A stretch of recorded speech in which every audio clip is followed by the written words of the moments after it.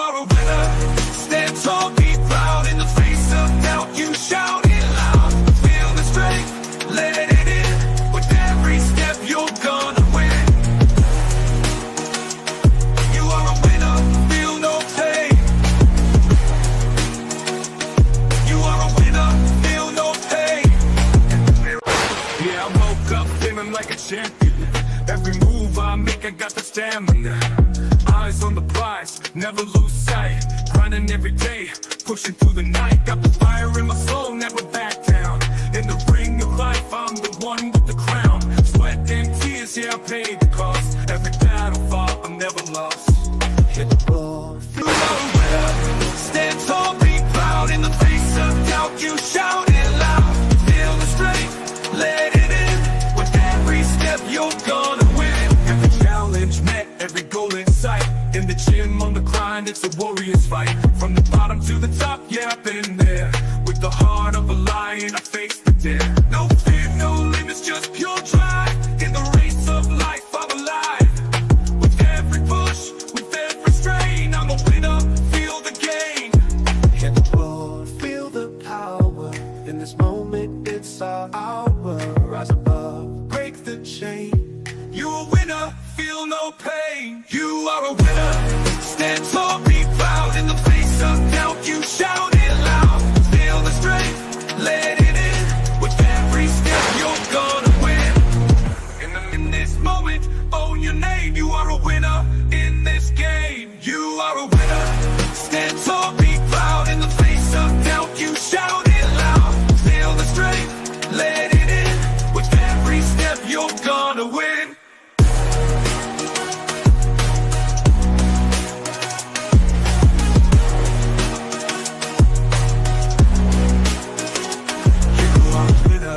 Stand tall, in the gym, on the grind, it's a warrior's fight. From the bottom to the top, yeah, I've been there. With the heart of a lion, I face the dare. No fear, no limits, just pure drive. In the race of life, I'm alive. With every push, with every strain, I'm a winner, feel the game.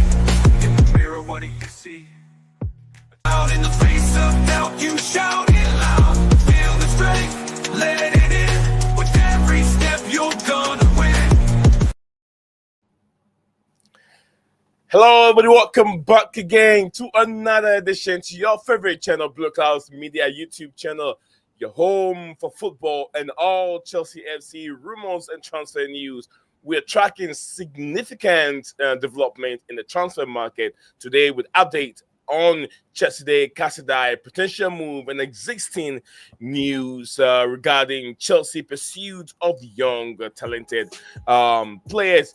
Also, there is more we're going to talk about. So also some news from Everton regarding the final element of a Premier League profitability and sustainability charge versus Everton for a period ending season of 2022-2023 discontinued, means all outstanding PSR charges brought by Premier League in relation to EFC now resolved. Plus, compliant in 2024, reported by the Athletic. So there's a lot that we're going to talk about today on the show. More on Everton news reported by David Moore, the strong man himself, David Ornstein, and also reported news by Chelsea's pursuit or Chelsea interest in Alejandro Garnacho of Manchester United and Jimmy Gittens of formerly of Manchester City, now with Borussia Dortmund. Can Joe Shield make this deal happen for Chelsea Football Club? And why are Chelsea still looking for wingers? Maybe there's so many reasons why Chelsea wants to replace or bring in more wingers. We have to remember the situation with Mikhailo Modric. So Chelsea need to beef up the squad. Most importantly, we're also going to look at, we want to get you involved as usual. More of the time, we want to get you involved. And I always want to say, don't forget to like and subscribe to the channel. And also, most importantly, we will get you involved later. We'll send a link there and get you on and have your say. So yeah, let's see how things go for Chelsea. your most the transfer that you can rely on, the platform you can rely on. We discuss everything Chelsea and everything rumors that is going on social media platforms. Stick with us. Do not go anywhere. Blue Clouds Media, and me and my co-host will be right back to go through the topics of the day. Stick with us. We'll be right back in just a second.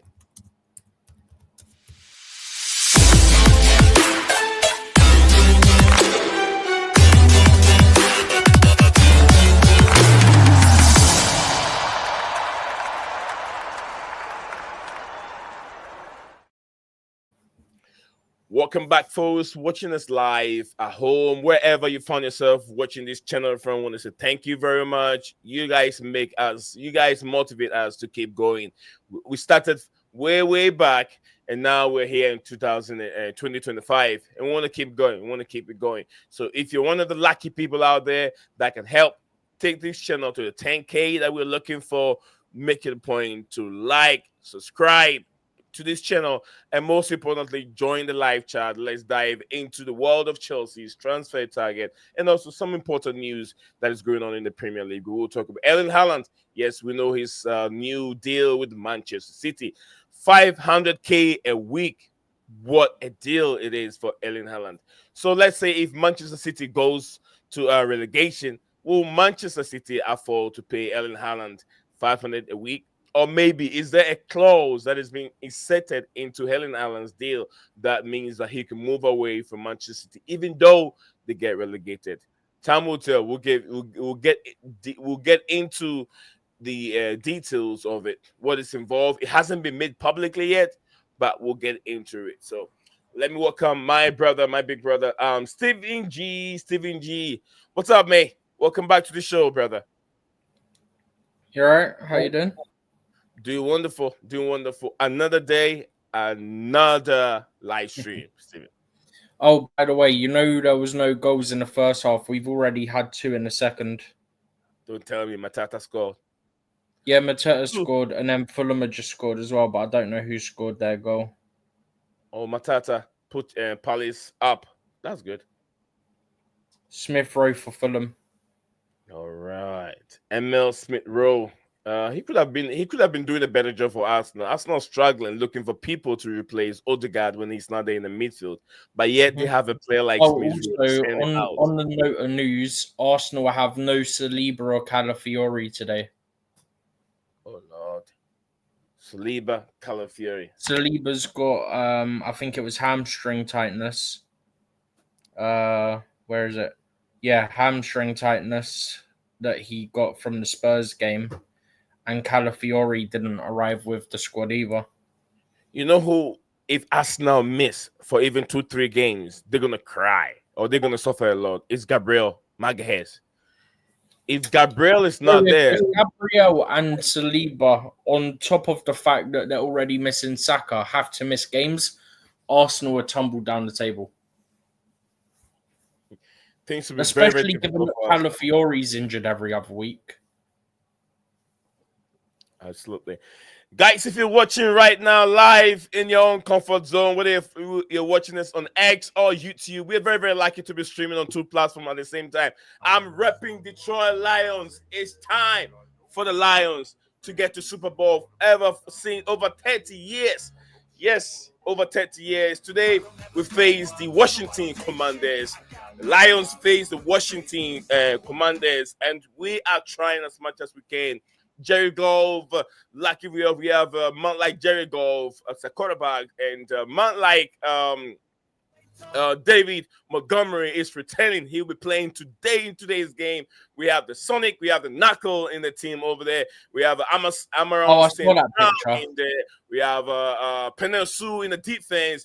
We have head rushers like Sue's offensive lineman. He's not on defense. I forgot his name, and hopefully Sue's not on defense. Hutchinson returning for Super Bowl if the Lions make it. But today we are on it. We are on it. Joseph is ready, and William Jameson Williams. All the guys are ready. We gotta finish the Commanders. The third. Will I say the third quarter? Bro. We gotta finish it. Naso isn't defense. Do what, Steven? Penasal isn't defense. What is it? He's offensive line. Oh, offensive line. I thought it was in the defense. Probably mistakenly looking at his size, thinking, okay, oh, he's a defense line, offensive line.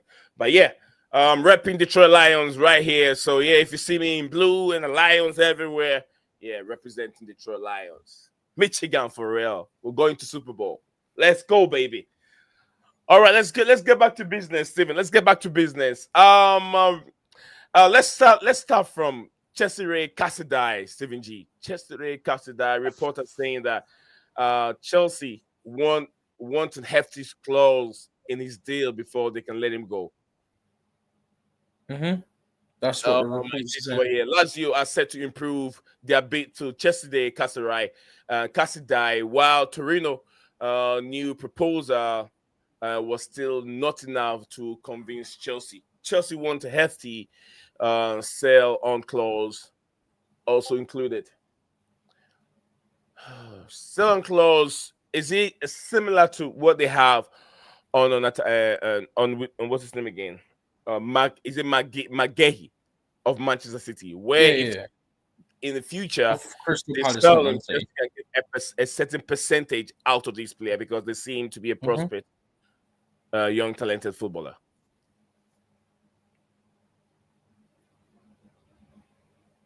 Was that the last bit? I said, why are they trying to put a hefty and sell-on clause on his deal? Is it because they seem to be prospect of, a future, a player that can be a better player? Say Chelsea get a 40% sell-on clause, yeah? Which I saw one report say that I think it was Torino's offer. I don't know how legit this is. But I saw one report say that Torino offered, I think it was 9 million euros plus 40 million plus 40% sell-on clause, whereas Lazio had offered 13 million euros with no sell-on clause. I don't know how legit that is, but if that was true, I would have just accepted the Torino offer instead of wanting more money. I would have took it. Because 40%... Bro, if they then sell him for, say he balls out for them and they sell him for 25, 30 million, yeah? Yeah. Chelsea get in a big percent. I mean, if they sell him for 30%, I can't even get the words right around. If they sell him for 30 million and Chelsea have a 40% sell-on clause, yeah?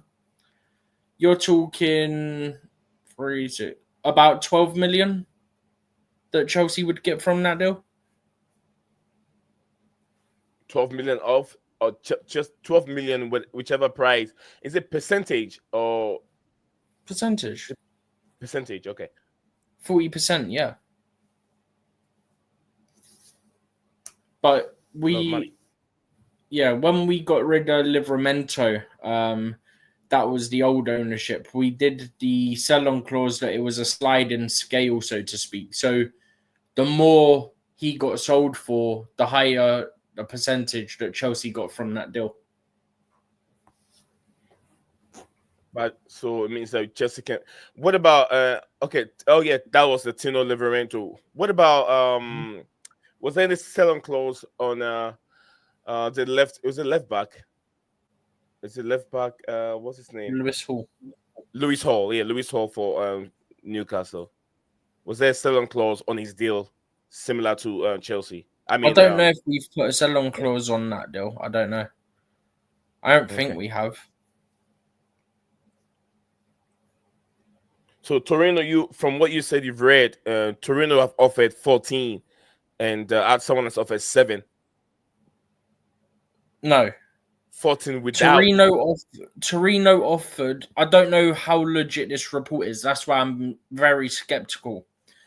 But one of the things I read was 9 million euros plus 40% sell-on clause. So we'd get the 9 million euros now, and then 40% of whatever they sell him for in the future. Whereas Lazio offered 13 million euros but 0 sell-on clause. Yeah, I'll take the 9 million euros and take the 100%. 17%, whatever they sell him in the future. 9 million wouldn't be bad on Casadei because No, I think that he will be 40%, better. not He's 17. very Where young, did and you the get pressure 17 at from? Chelsea is too much for him. Bro, you're getting these random just to have time numbers. for him You to just become said what Chelsea 17%. want him Where to did be. 17% So it's come better from? sell him, let him get game time, let him improve on his game. Okay. And when time comes and you think that, okay, this is a Chelsea boy, he's ready now to be a first team player, maybe you can utilize that 17%, 40 Where are million you getting off his sell-on 17% clause, from? then I you get don't him get to it. the football club. Bro, where are you getting 17% from? You're randomly saying 17%. Where's that come from? It's 14 or 17. Why do I keep hearing 40, 40. Oh, 40%. That's why, because I knew you were getting confused. That's why I said 40%, 40% sell on. That's why I said it that way. And then you still got confused. I was like, wait, he's pulling random numbers from nowhere. What's going on? Right. Very early, Stephen. Very early for me. Anyway, big up to Makim. Makim, big up to you. Good evening, and to you out there. Hope you're doing very well. He says big up to Nee, big up to the chat. Big up to man like Makim. I hope he's doing great. Way back home. All right. So Stephen said reports are saying that 40%, right? 40%, Stephen, you said 40%. That's a lot of money. And 9 million and take him away. I'll take that one every day. Let him free the player, let him go and play his football, let him get more game time from the Italian league. Let's hope it gets better, and then he comes to Chelsea. When it's ready, he can come to Chelsea. Let's see what we can do with that. So, anything more you want to add to this, Steven? Not really. So that There's will not bring many more details at the this moment. happen, I that will bring the presume squad numbers down. Already we have Huh? Modric also, who's already You out on of the about? club right now because You've we haven't lost had me. anything. There's no update on Modric, whether we're gonna have him returning soon or not. There's no updates yet. I don't know what the sample. That's a sample A or sample B. How long is going to take the B? How long is it going to take the B to return? No update, nothing yet. No, the last update we had was it should return this month. It should return this month.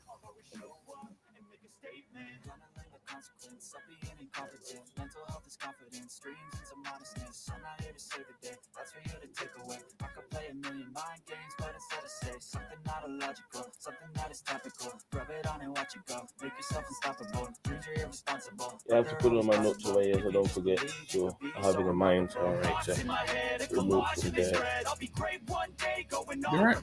All right, yeah, Chelsea Dan say big up, me and Steven. It says Modric banned from Chelsea.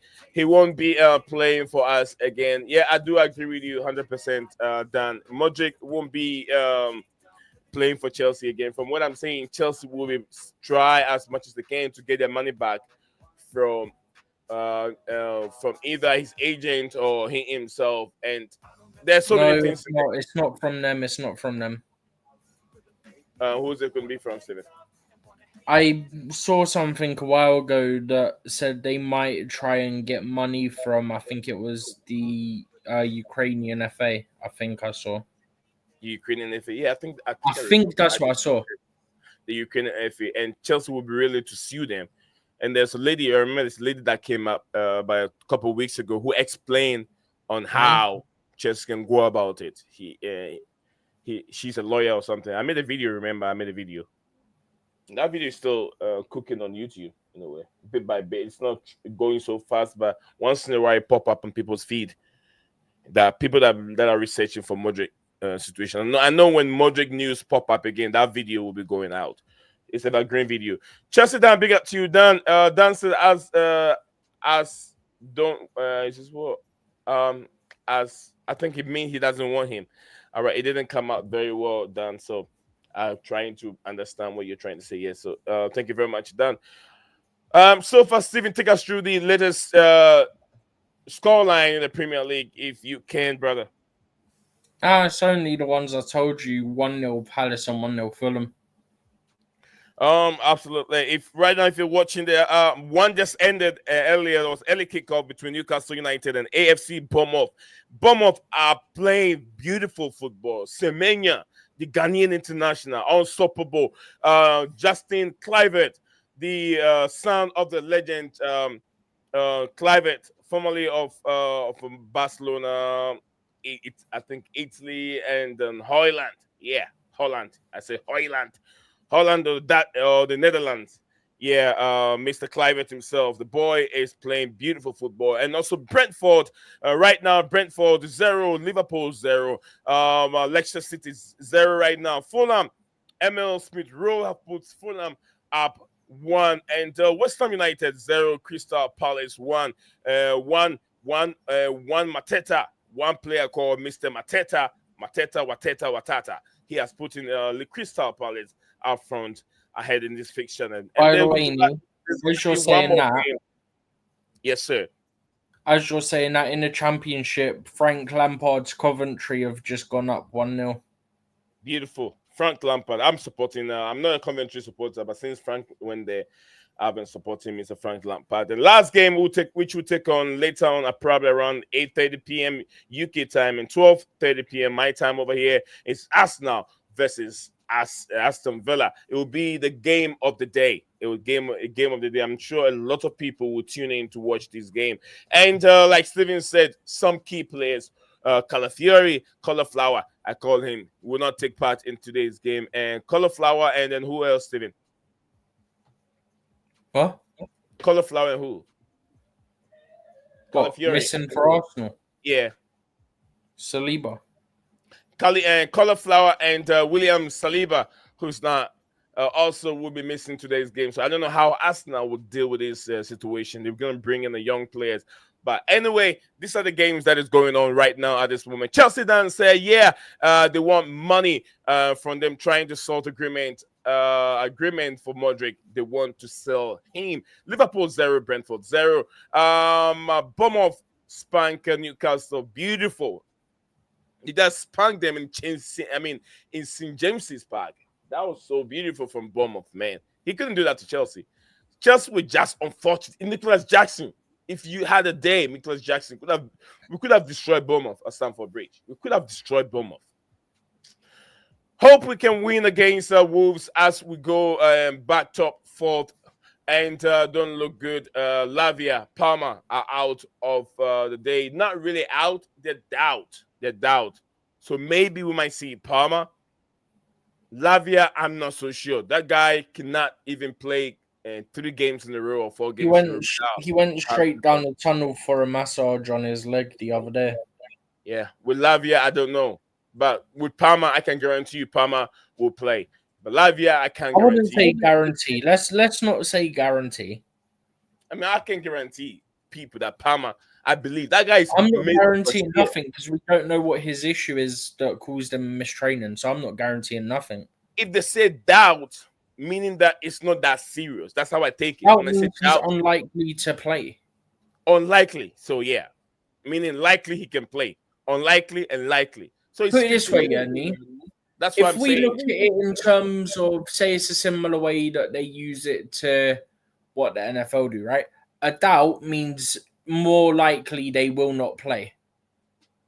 That the chances are they will not play. But football is different. Soccer is different from NFL. I'm just saying, look, we had it last year at one point when we played Arsenal. Palmer was a doubt. Palmer don't play. Mm-hmm. I understand. All right, so what do we have here next? We've talked about Cesare Casadei. Yes, another young Italian international. We will go into the main topic of the day. Dan, I'm not so sure if you've seen the link between Jamie Gittens and Alejandro Garnacho of Manchester United. They are top. They are next to talk about. So, guys, if you're watching this live on X, on YouTube, don't forget to subscribe to Blueclouds Media YouTube channel. Your subscription will take this channel to where it has to be in a long way around. We're here for you guys. We're bringing you, entertain you guys. We'll make it entertaining. We'll make it funny. We'll make it interesting just because We want to make sure you guys are entertained. So stick with the Blueclouds Media. My name is Nizar with my co-host Steven G. We'll be right back in just a second.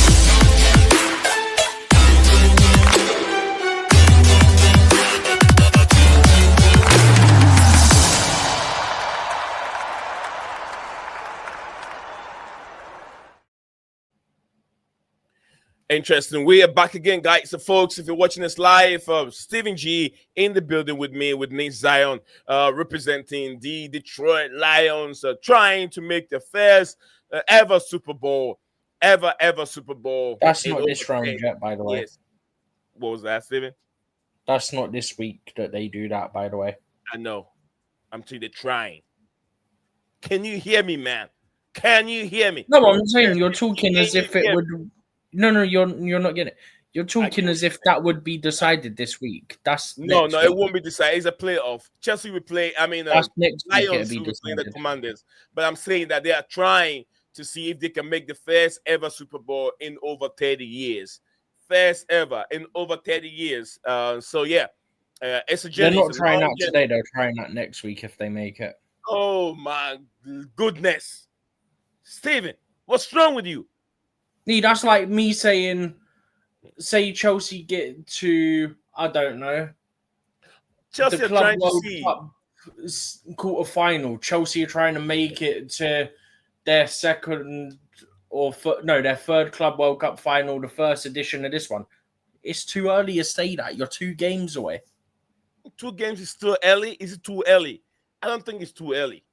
By the way, Adama Traore 2-0 Fulham. 2-0 Fulham. Ooh. 2-0 Fulham. All right.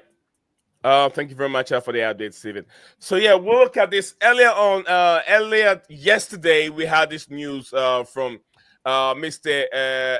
Evergreen Reliable David Ornstein, who put this out there that Chelsea are looking into 2 top players, 2 wingers, one from Borussia Dortmund and the other from Manchester United. Report says Chelsea interested in Alejandro Garnacho of Manchester United and Jimmy Gittens of Borussia Dortmund.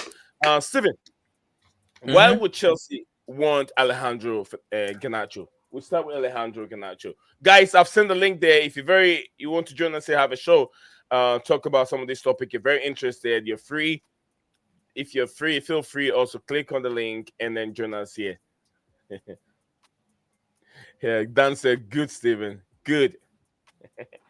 Yeah, Stevie intentionally doing what he's doing. He knows what I mean. Why? Dan said he doesn't want them both. Yeah. Go ahead, Steven. I said, do I? I'm not inside your head. How could I know what you're thinking? All right, go for it. Steven, why would Chelsea want Alejandro Garnacho? Personally, I hope Chelsea don't sign him. I'm not actually sure why they want him, to be honest. Like, it's one thing to say, well, Mudryk and this and that, but the actual reason in terms of why specifically him and not somebody else, I have absolutely no clue. However, I will say that I'm, let's say, fairly confident that it's not just Alejandro Garnacho and Buenoy Gittens. I'm pretty sure there's other names, maybe some bigger names, more well-known names that are more consistent that we'll be looking at as well. And I think we've probably had talks with a lot of them, but maybe we're keeping more of our priorities at that position quiet. Yeah. Because I doubt that these 2 are priority 1 and priority 2. Don't you think that it makes sense? Can I just sidetrack for 1 second? Can you do what? Just sidetrack for 1 second, because it seems like Mike Penders is now going to be the number 1 goalkeeper for Genk in the league as well now. 4 starts in a row, 2 of which have been in the league. Before this little run of 4 games, including the Cups, he hadn't started a league game this season. He's now started 2 league games, and it's the last 2 league games that he started, today and the one before that. So he might now be their number 1 choice for the rest of the season. Thank you very much for the update. Guys, if you're wondering who Mike Pendes is, I don't have the image right now on my screen. Mike Pendes is the Chelsea goalkeeper. I'm Very, gonna very send you tall a tweet goalkeeper. from Felix Johnson, who follows the academy. He's put up Yeah. a picture of him, so you can put that up if you want. All right. Absolutely. All right, Chelsea Youngster won't be able to join us. Phone nearly died. Let me charge it, bro, and join if still live. Yeah, no problem, no problem, no problem. And then I was just saying if you guys are free, you can join and then. But if you're not, if you can just be in the comment online there, and then you can contribute through the chat. It's okay. But anyway, we're still gonna move on. We're gonna move on from there. I was saying that. Don't you think that it sounds interesting that Chelsea will go in for Alejandro Garnacho, looking at his performance from last season, being Premier League proven. He doesn't need so much time to adapt in the league. He already know what he's doing, so things make sense because not all the time that players become bad player under a certain manager. Maybe the manager is not getting the best out of him because of his style of play. And What, Enzo Garnacho? Joe Shield, as look at the numbers in the database, thinking Garnacho's young, age 20. He has long-term contract with Manchester United, but he's not happy at the football club like we did with Jadon Sancho. Don't you think we can do the same thing and bring Garnacho to the football club? And if not, what is your main reason of why you wouldn't want him at the football club besides some off the field issues? I don't want us to sign him. I don't see why we would want to make that move. I mean, bro, I've spoken to about 5 United fans in the last couple of days, to a week, and some of them would gladly sell him. So obviously they watch him more often. So the fact that there's people in the fan base that actually want to sell him, all I'm gonna say is, for me, that's a red flag. It's not always a red flag, Steven. We were here. We knew that Manchester United had a divided fan base. Part of the fan base wanted Jadon Sancho out of the football club. Part of the fan base wanted Jadon Sancho at Manchester United. But we see the work rate of Jadon Sancho. It could be the same thing applied to this player that some want him out, but in the other way, they're not looking at the bigger picture. So what besides if some of the players want him out, throw that aside. Don't look at that one. Look at his contribution on the pitch, his talent as a player. Look at his contribution on the pitch. Okay, let's play this game then. Let's find where he is. I want to know what are you really standing on besides what the fan base are saying, because not all the time that whatever the fan base say is really right. So look at what is the reason why. Looking at his talent, looking at his contribution, how much he can have. Okay, let me put this to you. Yeah, this season he's played 20 Premier League matches, started 11, got 1,120 minutes. Yeah. He's got 4 goal involvements. That's a goal involvement every 218 minutes. That's like every 3 and a bit games, I think. Yeah. No, thank you. I don't even think he's creating much in general, to be honest. He's created 18 chances, which I'm not impressed with. I'm actually going to load up a different tab and see what ours are creating per game. If you're able to get that information, can you give me a little roundup of what his formation and his stats were last season? Because I know he was very impressive. Yeah, I'll check the Premier League last season. The whole Manchester United team as a whole hasn't been that great. So I'm going to check last season in a minute. I'm just trying to check something at the same time. I'm saying we don't have to look at this season alone to justify I'm only looking at Premier League, by the way. It makes it easier to look at. Yeah. Big up to DJ South in the building. Big up to DJ and everyone that is joining us on the show today. A big up to everyone. Big up to everyone. DJ South, big up to Niza. Guys, let's not do this knee. We don't need Alejandro Garnacho at Chelsea Football Club. We need a striker, not another winger, guys. The question is, you need to ask, guys, why is a massive club like United wanting to get rid of him? We have Sancho, Felix. Felix, Garnacho. Felix. Garnacho, not needed. Stop this knee. Please. I mean, it's reported by Ornstein. We're not making it up. We have to talk about it. DJ, I'm not making it up. And I know you know I'm not making it up. It's reported by almighty David Ornstein.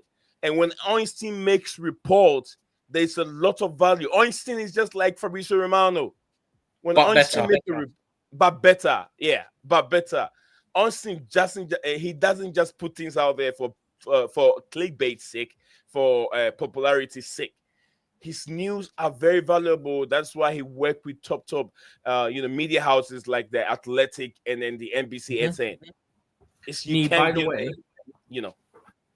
So big up to you, King. So big up to you, Chelsea Dan. Big up to you, Sodis. Big up to yourself, and I'll go through the comment here in a bit. All right, tell Stephen, go ahead. Give me what information you have on your table. So I looked up Sancho. Yeah. Sancho this season has 4 assists and 2 goals in 962 minutes, yeah? Why are we talking about Sancho, Steven? Because I'm looking at what we've got.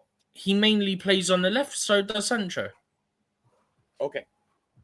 Go for it. Sancho has 4 assists, 2 goals, yeah? Yes, 158 minutes less, he's got 3 more involvements.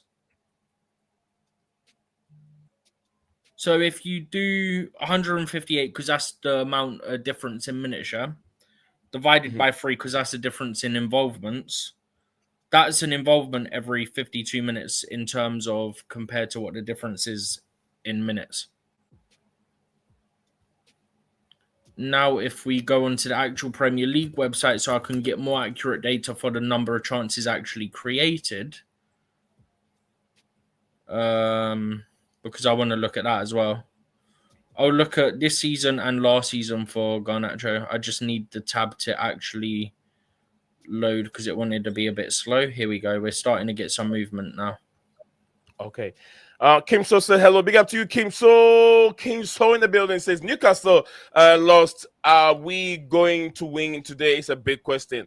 It's a big only Today? If Nico Jackson. We're playing on Monday, but only if Nicholas Jackson can put a ball in the back of the net, then there will no doubt we can win. All right, Chelsea Dan said DJ. That's true. We don't need. By the way, I've just seen DJ's next one. I'm pretty sure that Ornstein didn't say we was getting Osimhen. By the way,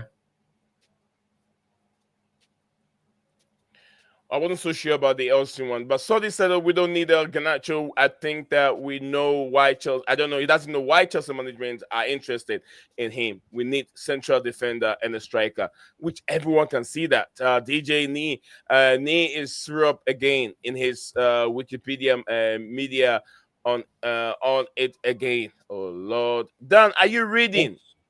Are you reading the papers? Are you reading on the news on what is going on, Danny? West Ham just got a red card, by the way.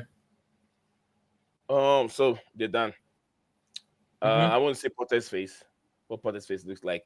David Ornstein also said that Romano, we were getting Osimhen. Never happened as much as they are tier 1 journalists. They do not get team. They do. I'm pretty sure he didn't say we're getting Victor Osimhen, by the way.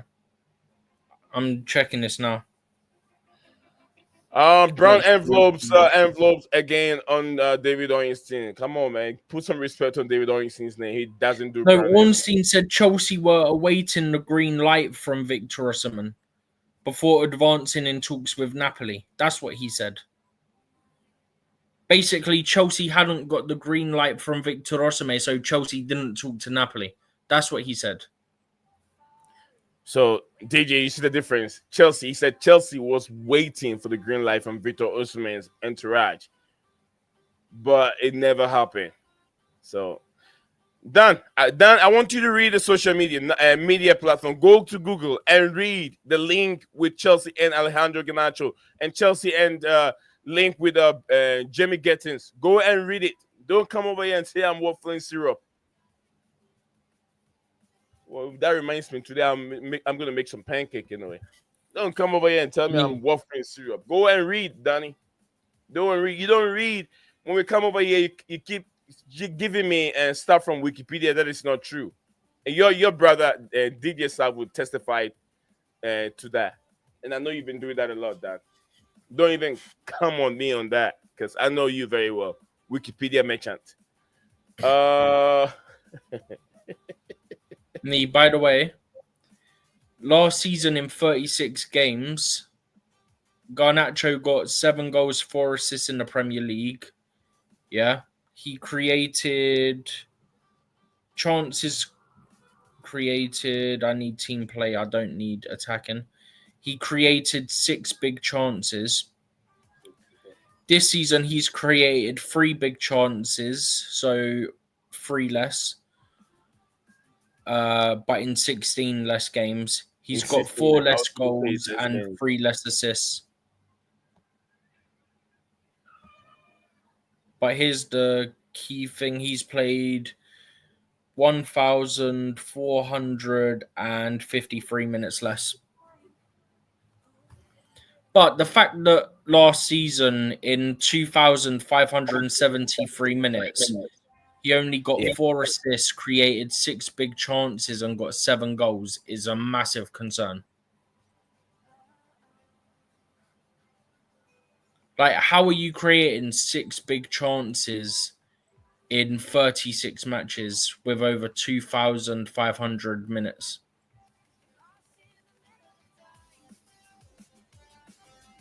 Go see what Sancho's done for us so far.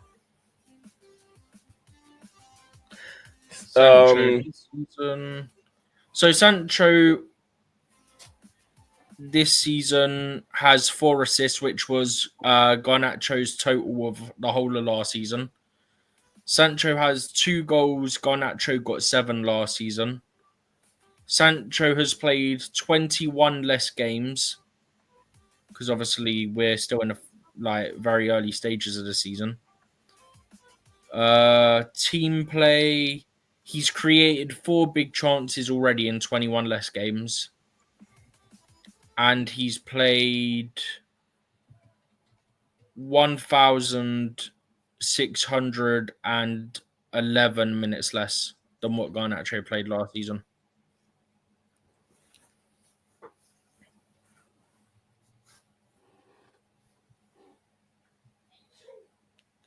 All right. Welcome to the Scream Scholar and Dan. Dan, I know you don't want to accept the fact that you use Wikipedia. You've done it many times on this platform. No, let me finish. You've done it. You've used Wikipedia for research many times. No, you do. You don't want to admit the fact that you've used it. You always want to twist it on me. I don't use Wikipedia. You do use your Wikipedia because you sent me your Wikipedia StreamYard to me and it doesn't work. If these days Wikipedia StreamYard makes 0 sense, at least make it make sense. If these days your Wikipedia. Well, if this day was to be 200 years ago, you would have been dead by now, Dan. You would have. No, that's your Wikipedia. You're the Wikipedia merchant, not me. Not me. I don't use Wikipedia. Lots of research on Wikipedia. You brought it over here. No. You made it public. Google. I use Google. No, you don't. Bro, you don't. I use Google. Wikipedia is Google Chrome for the record. I use Google Chrome. Right? No, Google Chrome. Yeah, it's not Wikipedia. When we started, that's not you. That's your Wikipedia. That's you, Wikipedia. But the thing, I'm going to say one thing, to Steve, what DJ just said was totally facts about Romeo, and David Alston last year after the end of the season. Romeo came out with fit to Osman. These lot, half of them always get wrong. Literally just looked at the stuff that Ornstein's tweeted about Osman, he said that we were waiting for the green light. That is what he said. He said that he'd been our See, top target the whole give me a summer. second. and Yeah, we yeah, couldn't another that he brown would give the envelope. green light. Another That's brown what he said. envelope. He Give said me a waiting for second. the Give me green a light. second. Yeah. Give He me a second. also. Dan, hold on. See, give me a second. Let me address this real quick. Dan, I love you, Dan. I love you. I love you as a brother. I love you as a Chelsea supporter. But sometimes you go wrong with some of the facts. And when other people research and get the fact, you also stand there and deny it without you making that research. I know DJ said it, but that is not right. David Oinson did not say Chelsea are going to get Victor Osimhen as the striker. And Steven just made the research right now. He said David Oinson reported that. I would love He to. made Do you know what? I've got all my screenshots back from what David Ornstein and what he said. I still kept my.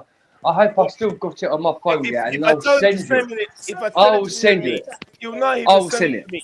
I'll send you loads. I'll send you. I'll send you loads. I'll send you loads of things on Twitter, and you'd never bring it up because you know it's Because facts. you never send it. No, you never I send do it. send it. No, I you do don't. send it. Like the last time you told me about something, and I sent it to you, and you never bring it up. Brought it Oh, up. we did. I remember I did. Whatever you sent to me, I did put it up, and it wasn't right. It was on WhatsApp. No, it was on WhatsApp. It was right. It was right because it came out. All right, send It it to me. came out Send it David to me. Wilson. I will. If- I'll find the The screenshot earliest from last one year. from Ornstein, yeah, that's related to Chelsea is from July, where it says that Napoli in ongoing talks with Chelsea over Lukaku, while discussions also take place about Osimhen moving in the opposite direction. Yep. And he Lukaku also would said, and be he also permanent. Let him land. Osimhen would Let be him land. long loan plus buy option, season long loan plus buy option. That was the yeah, earliest one. okay. The next And also, one and where also, it and also, mentions- he did the came next up on one where live it Sky mentions Osimhen and Sports. Chelsea, yeah. The next Yeah. one it mentions Osimhen and Chelsea is that talks between Chelsea and Napoli expected to continue, and then the next one that mentions Chelsea and Osimhen is from the 30th of August, where it says that they're awaiting the green light before advancing in talks with Napoli over the deal. The green light from Victor Osimhen, that is. Top target all window and keen to join. And Chelsea hope that he would agree to fit team and incentive based wage structure. That Right, was yeah, okay. free And on then it. also he came out on Is when there any report that says he was going to get him? Is there any report? All right, listen, All listen, that you've read. listen. I've Right, been Lee. waiting for the one that you think you said that Chelsea. Einstein reported that Chelsea On was his, going to on Sky, I've on been Sky, waiting on, for it. right, Nate, on Sky Sports, yeah, he came out at the end of the last season on Sky Sports transfer where you do the split screen. He was with other lads, and I can't pronounce his name, the bald-headed guy, asked Austin a question about Osimhen, about Chelsea. He said that on the live stream himself, out of his own words, out of his own mouth, he came out and said that it's been the green light of Chelsea getting fit to Osimhen. Why? Yeah, and this is waiting for many hours now. He'll be signing the shirt for Chelsea. But I'm not saying he's a bad inflow, but Pretty journalists sure do get things Ornstein wrong. never said that. He came out with his own words on Sky Sports Prove News. it. I disagree. That's what we asked. Let me get a YouTube clip, yeah, of David Ornstein on the last transfer, last season transfer, where he came out with his own mouth. He was with some other guy. Yeah, I've been came waiting out with for his it. own mouth. That's Oh okay. no, I've I'm been gonna waiting get it for out. I'm gonna get it now. I'm gonna get it now. For that clip that you're looking for, because I know you. Liverpool No, I'll won get it the out. I'll league get it out. in I know you. minute, by the way. Did Darwin score in 90th minute? Yeah. Oh, 1-0, Darwin 1-0. scored in 90th minute. 1-0. All right, AJ, big up to you, AJ. AJ said, "What is the waffling going on here?" It's your brother Dan. Let me welcome Dan and then Scala and then DJ Sav to the building in the studio. Scala, welcome back to the studio, Scala. Yeah, you said Liverpool scored. Yeah, In the 91 Yeah. minute. Yeah, I'm watching it now. That was a good goal from Nunes. 3 minutes or 4 minutes left to go. With a That's header. annoying.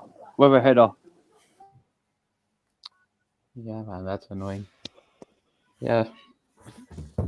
Okay. Let's hear from you, Scala. Then we go to our brother. DJ. Yeah, I mean, look, I did saw this news on scene tweet about Garnacho, and I just had to come on. because this is our redemption. This is how we get back the Mason Mount money. Because I, for one reason, cannot understand why your club is interested in him. Because he's not better than. I mean, who is your worst winger? I don't know. I mean, is it Madueke? You know, Madueke because he's greedy. Yeah, I also admit that. I don't think Madueke, he had a purple patch, he scored a hat-trick against Wolves, and this guy is like, he's very average, but he's not even better than Madueke, because at least Madueke has got strength, he can go past players with his raw strength, and he's got a decent left foot. Garnacho, if you watch him as much as we do, he is so average. Like, the big problem with him is that he thinks he is better than he is. That's his big problem, and he's got his idiot brother on Twitter who's always beefing with people. He's got an whole entourage. His brother said that Palmer wouldn't get 10 goals without penalties. I think that was in the summer, yeah? Last season, Palmer got 10 goals in the Prem without penalties. 100%. Already done it. 100%. You've got all that to deal with, and the big problem with Garnacho is that... Oh my God, sorry, cut you off. It's 2-0 Liverpool. Yeah, that's game over. God's sake, man. What's going on? Well, I'd rather them win it than Arsenal, so I'm happy with this.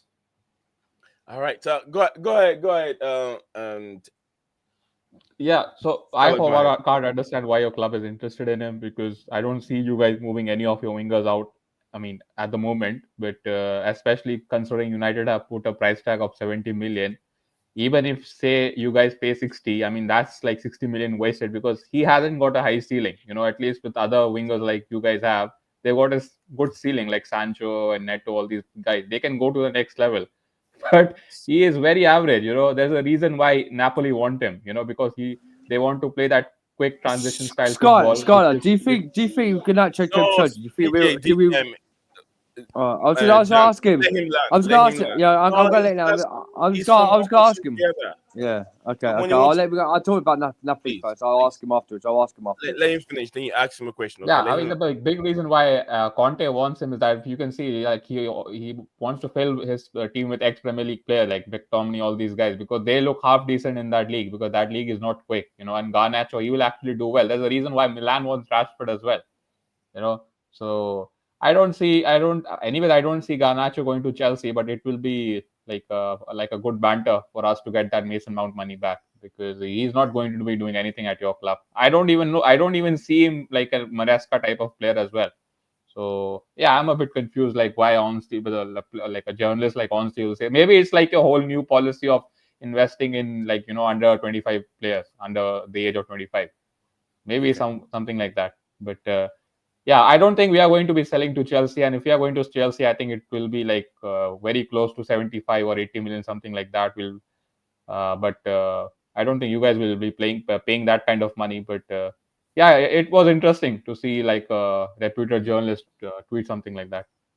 Thank you very much, Ask a question. Yeah. Then we have. Well, okay, so this Man United fans talk about banter. They're trying to banter us with Jordan Sancho. And look how wonderful! Look how good he's been at Chelsea since he's been with us. Been excellent. When he was at Man United, he was still they're still best assists in the Premier League fixtures. He still has the best assists for them. The situation is with Garnacho, yeah. Dan, I think this is all yeah, but hang on. Dan, you have to distinguish between a question and a statement that you want to make. You still want to ask a question. Now you're turning into a statement. It's a statement that you're making. No. All the time. No. I'm going to ask him a question. We want to finish. Like, ask the question. I'm going to ask him a question. I am waiting on you. DJ hang on. Okay. Yeah, hang on. I was going to ask this question now, right? With Garnacho coming, was it interested in Chelsea? Well, I'm coming to the question, but you don't let me finish my landing with my question. Let me come to this. What I'm saying. With Garnacho at Man United, because this is what they're talking about. Bands about with the money, Mason's money. Don't you think Garnacho, if he came to Chelsea, that he will break in the Chelsea squad into a better player? Because I've heard a lot of fans saying if he comes to Chelsea, he might play better style than what he does at Man United. Because apparently everyone's saying that Man United do ruin players. Lookalikes of every single player they've had so far. And now, look at that, and they're talking about McTominay. When McTominay was at Man United, he was crap. They made him worse. But now look at him now. every single 4 games at Italy, he's had 4 man of the match performance. Better style play. He's been better in the Napoli squad. When he was at Man United, they made him worse. But now Garnacho, he's not. I don't think he's going to be worth 80 million if we pay for him. It'll probably be about 45, 50 million for him. That's how much we'll pay on Garnacho if he did come to Chelsea. But don't you think, Skylar, that will break him into a better player? Yeah, I mean, look, So first of that's the all, we question. didn't make McTominay bad. McTominay made us bad. It's a reverse thing. He's very limited. But the good thing with McTominay is that he knows that he's limited.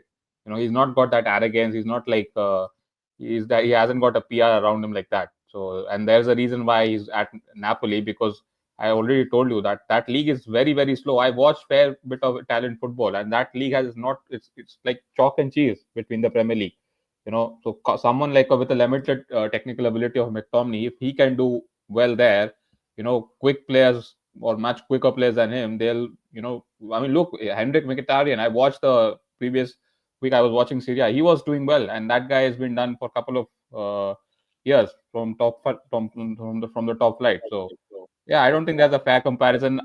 In other, as I mentioned before, like I watched fair bit of Chelsea this season, and all your wingers, they are very technical. If you look at Neto, even if Felix plays there, and obviously Palmer is your best player, but with Garnacho, every time I watched him, first of all, he's not really like a winger. He's not got the quality of a winger. If you think he's a winger, he's not. He's like more like an outside forward. He wants to cut in and shoot. He's not creative like that. I mean, he got a good assist against Liverpool. Not even a good assist. That was just like a deflection. But yeah, coming to your point, you're saying that he will become good at Chelsea. I don't know, man. I just don't see him like a Maresca kind of player. I think that's more like a club signing if you want him.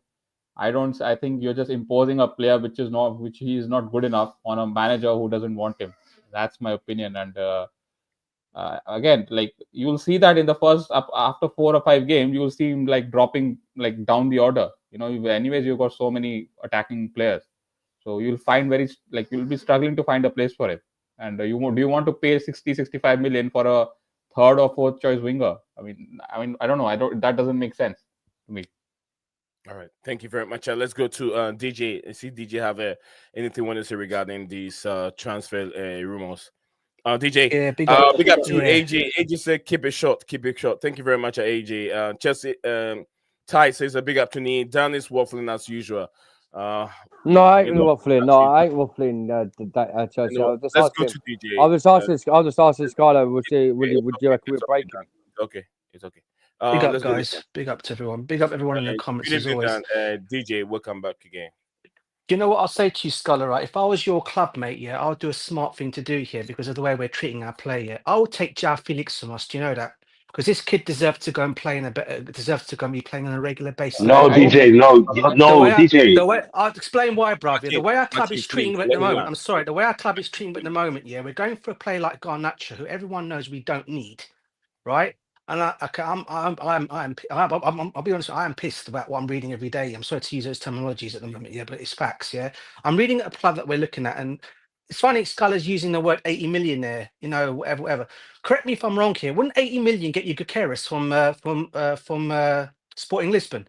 Yes. Now, if we were to go and put 85 million down on this guy, right, and pay on how they do pay over 5 years. Gyökeres, by the way, there's reports that you can get him for less than that. Well, there you go, and we're talking about probably dropping 80 million, possibly. I know Scholars just put that figure out in the air, but knowing Chelsea as we do, they'll probably go and spend that kind of money on a player that we don't really need.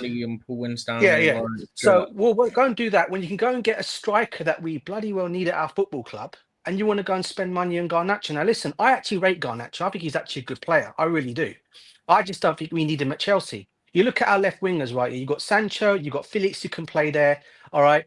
Felix clearly is not getting an opportunity there. There's been a lot of talk of Felix doesn't like he likes to play in the middle. What he does though, bro. But what I'm saying to you is he'll do probably better at United than he would do at Chelsea. I mean, at least he'll get a place at United and they'll play him and probably even appreciate him more than what we're doing at the moment.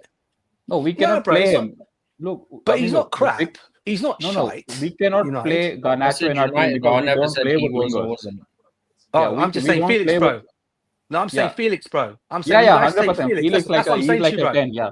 That's what I'm trying to say to you. Yeah. So, you know, the point I'm making, bro, to you, right? Yeah, is the way we're treating our players at the moment. Some of these players need to go.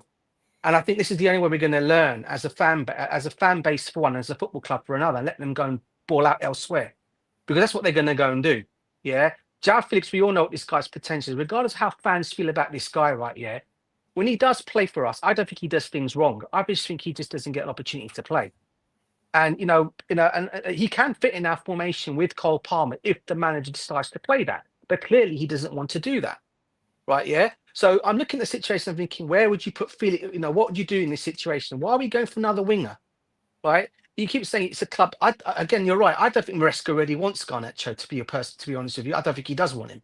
At the same time, he doesn't want João Felix. He read reports coming out in the last couple of days that he never wanted him. Yeah, right, yeah. So what you're going to basically be doing is you're going to get rid of one player and you're going to bring in another player that the manager clearly doesn't like. So clearly we all know who's doing all the business there. It's nothing to do with the manager. It's our stupid directors, right? And Ed Barley, whatever it might be. So and for me, in that kind of like way, if I was Man United and if I was Amorim, right, yeah, as a manager, you know João Felix very well. Go to him and say, okay, you want Garnacho, give us João Felix. I let the guy go and ball out at Man United because he'll go and do that down there and get United back up the table again. Because we don't deserve him at Chelsea. We don't deserve him at Chelsea. He's not happy at Chelsea. And then fans will then realise afterwards what we let go. And then they'll be, we got rid of João Felix. Well, I'll be telling you guys afterwards, well, none of you really wanted him at the football club. Now he's balling out at United. Because that's what he's going to go and do. Because I know the potential of this kid. I've watched enough of him to say, from seeing him come through the Benfica ranks, going, he failed at Atletico Madrid because Madrid didn't know how to play the guy. He then came to us on loan, done I thought he did okay in his first loan. Then he went to Barcelona, done well in Barcelona. We went and got him back. Clearly, though, they don't know how to play this guy. He weren't good enough in the. I thought he did okay. I thought he did okay. He wasn't bad. It was. I wouldn't say he was bad, but he wasn't bad though, bro. He wasn't bad. He wasn't good, but he wasn't what I call crap. I just don't think João Felix is happy at Chelsea. I don't think he is either, bro. I totally agree. I don't think he is, and it's not because he wanted to come back to the club, and he even took a pay. And he was happy. And people forget he took a pay cut to come back to us. Yeah, he did. And we're more or less tossing this kid out the door. I mean, come on, what are we doing here? And now Tossin's going to be gone in January because now possibly as well. It's been agreed. There is no report that says Toss is leaving in January. There's no report. There's no reports. There's just rumours going around. Dan. It's rumours, bro. It's reports. No. Where you getting that report from? Wikipedia again. You're always coming out with crap. Dan, it's rumours, bro. It's rumours, bro. It's rumours. Did my mouth say it's been agreed that he's leaving Chelsea? No, it didn't. I'm saying, there's been rumours about him. There's been agreeing that there's other clubs. So why are you taking that rumour so valuable? I know it's a rumour. I'm not saying he's leaving. I'm not saying he's leaving. I'm just saying, you like put words in my mouth. What I'm trying to say to you, Nee, is that tossing, right? There's been agreements of other clubs interested in him. Yes, fair dues, because they've been talking about it. Interest everywhere. Yeah, but it's all rumours. It's like Garnacho. It's like Garnacho. They're saying that we're interested in Garnacho signing him, but there's been no agreement. And why would we pay 80 million for Man United? What? Yeah, there's talks. Yeah, but that's what I mean. There's been talks, but I don't listen to Brian Envelope. He ain't going nowhere. Yeah, Thompson's not going nowhere. If any chance if Thompson goes anywhere, it'd be next season. Right? That's what I'm saying. It's just rumours, Dan. It's just rumours. And the other thing about anything to say you done just to make things look negative on these owners. And just why I'm going back to the Felix thing. Sorry, Nee. Damasio have actually reported, and it also came out on TalkSport Radio. One guy from Report was on TalkSport Radio. He's a well-known Italian journalist. Actually spoke when they were talking to. I think he came on the Hawksby and Jacobs show. He spoke about plays that could be linked, and apparently they're looking at Felix. And they're looking at who's the other one? Oh yeah, and who's the other guy they mentioned? Felix and Garnacho. I think not Garnacho. Milan. We're looking. Oh yeah, and Rashford. They're the two players that Milan are looking to look for. But if they end up getting Kyle Walker, then they won't be able to get Rashford over the line. But because of the Euro tax thing, they may be able to get João Felix in because of the Euro thing or something like that. Yeah, only on loan. It's going to be a loan. Thank you very much, DJ. Let's go to Mr. Makim. Makim, good evening and welcome back to Big up, Makim. What do you have for us today? Yeah, big up everybody. Up the Chelsea as always. Big up, bro. Big up, bro. Even though I'm finding myself going back on what I previously said, and I don't usually agree with DJ Sav, but he's right at this time. The ownership is being tyrannical. It's been disadvantageous to the progression into the league table.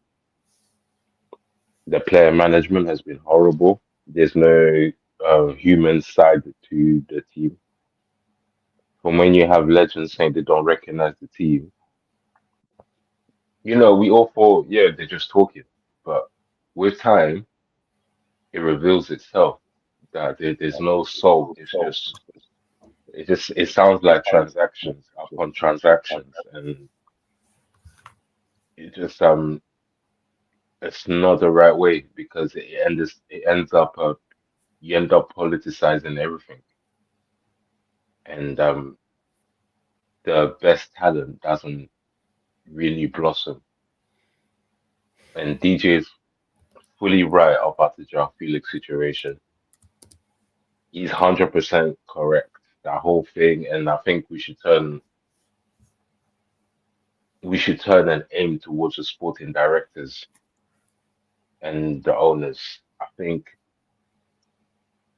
now it's getting ridiculous because if we're even entertaining getting rid of João Felix, we're getting rid of Chalobah at the end of the season. He's 6 months away from being a main man somewhere else. There's a controlling issue. And I just feel like it would have been better, but unfortunately, these guys want to make the most profits. Getting rid of Tosin doesn't make sense. How long has he been here? Knowing this club, yeah, even if we was to even get Sancho, I don't even put it past them selling Sancho if we was to get him.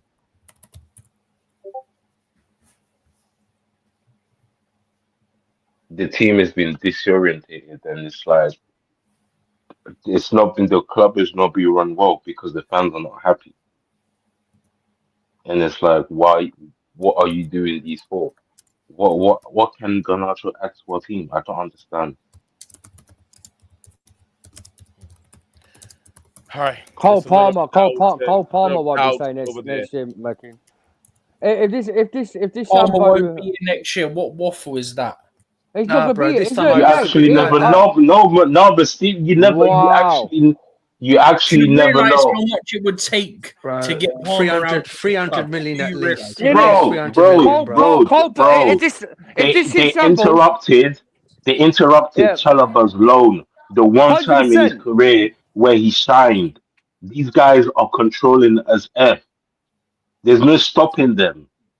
Hey, Stephen, listen to me out. Why I'm saying Cole Palmer won't stay next season.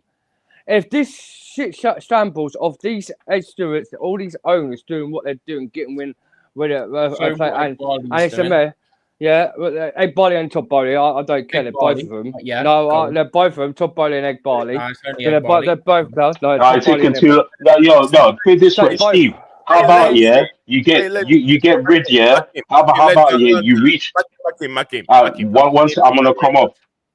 Sorry, if you. Let me finish landing. Let Dan land, please. Let me land. Yeah, I'm just looking for Dan. Because I like. What you want to say? Go ahead. No. Well, I got Nick, because like the thing is, you can't just like the owners are working together, because in the day one person could agree to keep one player and another one could like agree to sell one player, and also they're still agreeing both. You can't just say, it's just Egg Barley. It's Top Barley and Egg Barley. They're both owners. They're both owners of the club, and they're both making these decisions to these directors. If Cole Palmer, if it carries on with all this mess and he's stupid, like bringing 19s like non-experience into this club, Cole Palmer will decide to everyone will have to agree with. Cole Palmer will say, "I'm fed up with this. I'll go somewhere else, where I've got a bit of experience, where I can play better football and start winning trophies. Because for a minute, what's going on here, yeah? He's saying about getting Garnacho. It's just loads of crap. I wouldn't want that shit player in that club because they're Man United in relegation battle. They're crap. They got Brighton tomorrow. Yeah, fair enough. They beat Southampton. Southampton are rubbish anyway. They haven't won a game. So tomorrow, but let's see how they do at Brighton. Garnacho, yeah, it's not worth the pennies on a thing. All this women. This is what happens in January.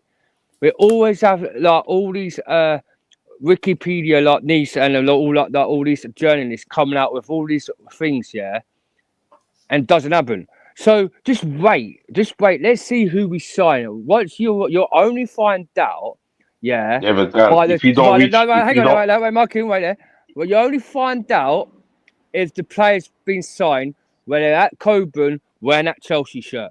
So soon you got there wearing the Chelsea shirt, then you know we've got the player. All right, for a minute, we haven't got the player. If you don't reach top 4, yeah. If we don't reach top 4 for the next 2 seasons, Palmer's gone. Yeah, I think Cole Palmer will be gone.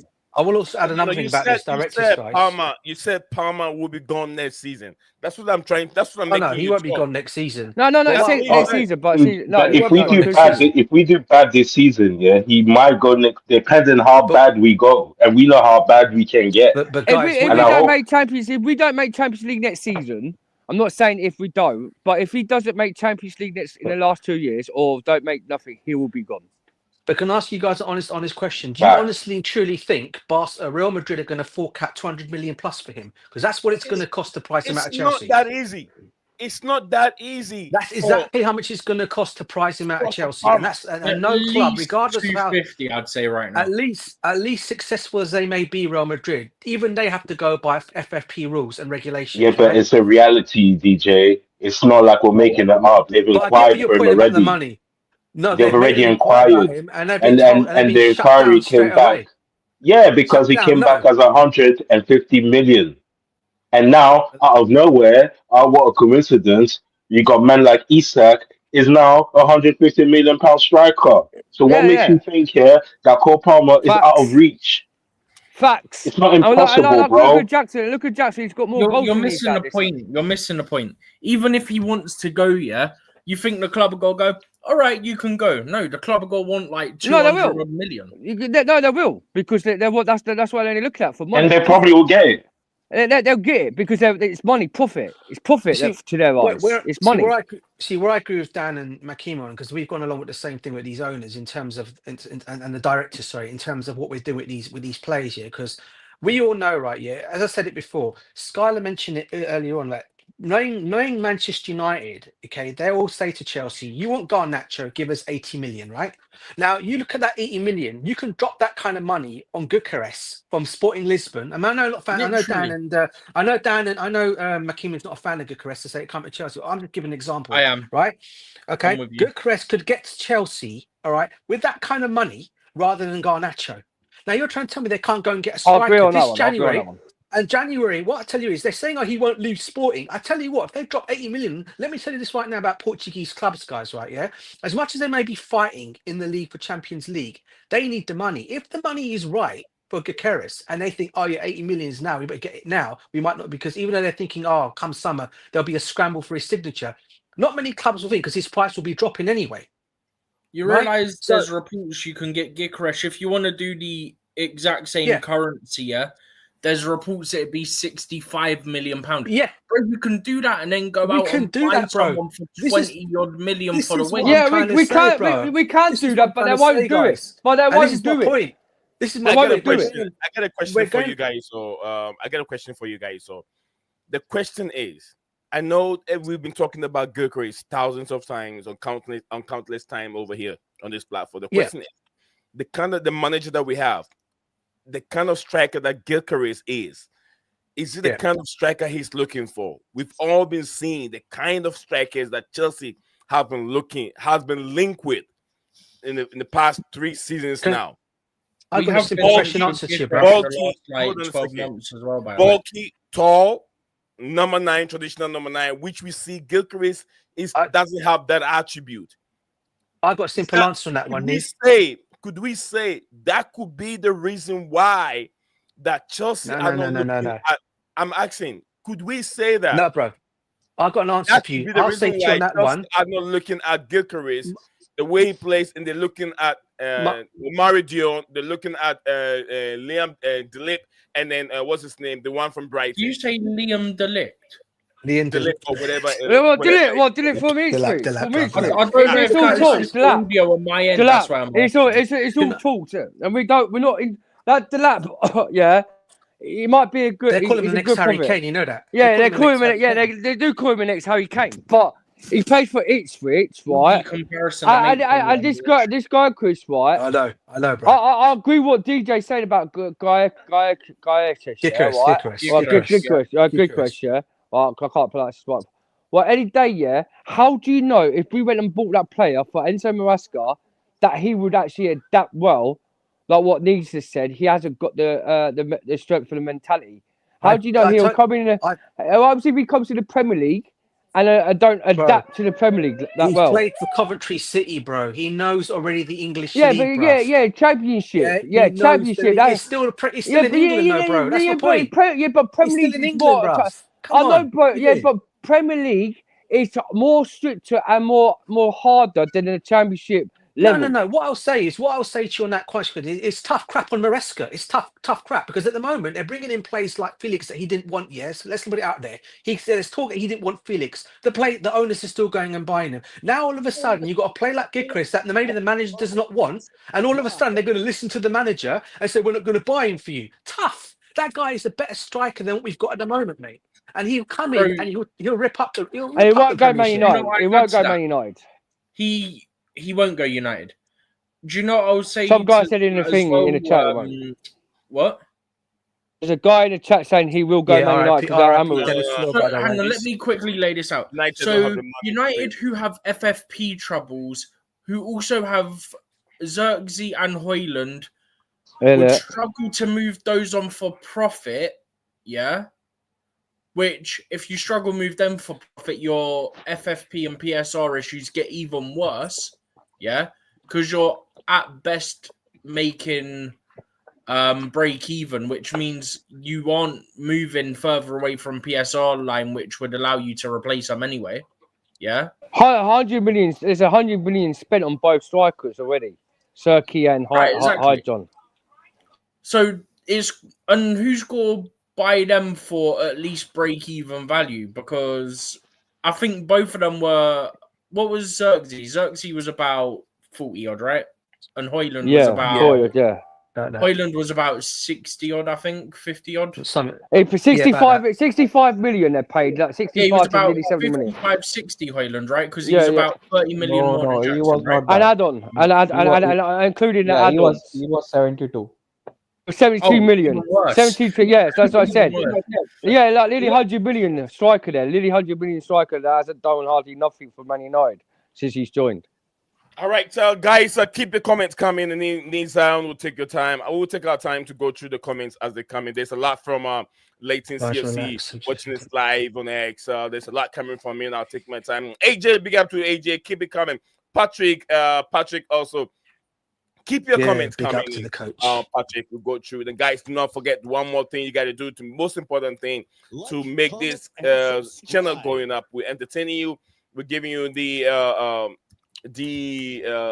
I say we got smart guys on the show. Man like McKean, who's a Manchester United, McKean was a Chelsea fan, DJ Chelsea fan, Chelsea down a Chelsea fan, and a strong Manchester United fan over here. And my co-host Stephen G. You got all these reps all representing from the UK, and then our brother Manchester United fan also here in the studio. So he's giving us different perspective on how we see things. I love that.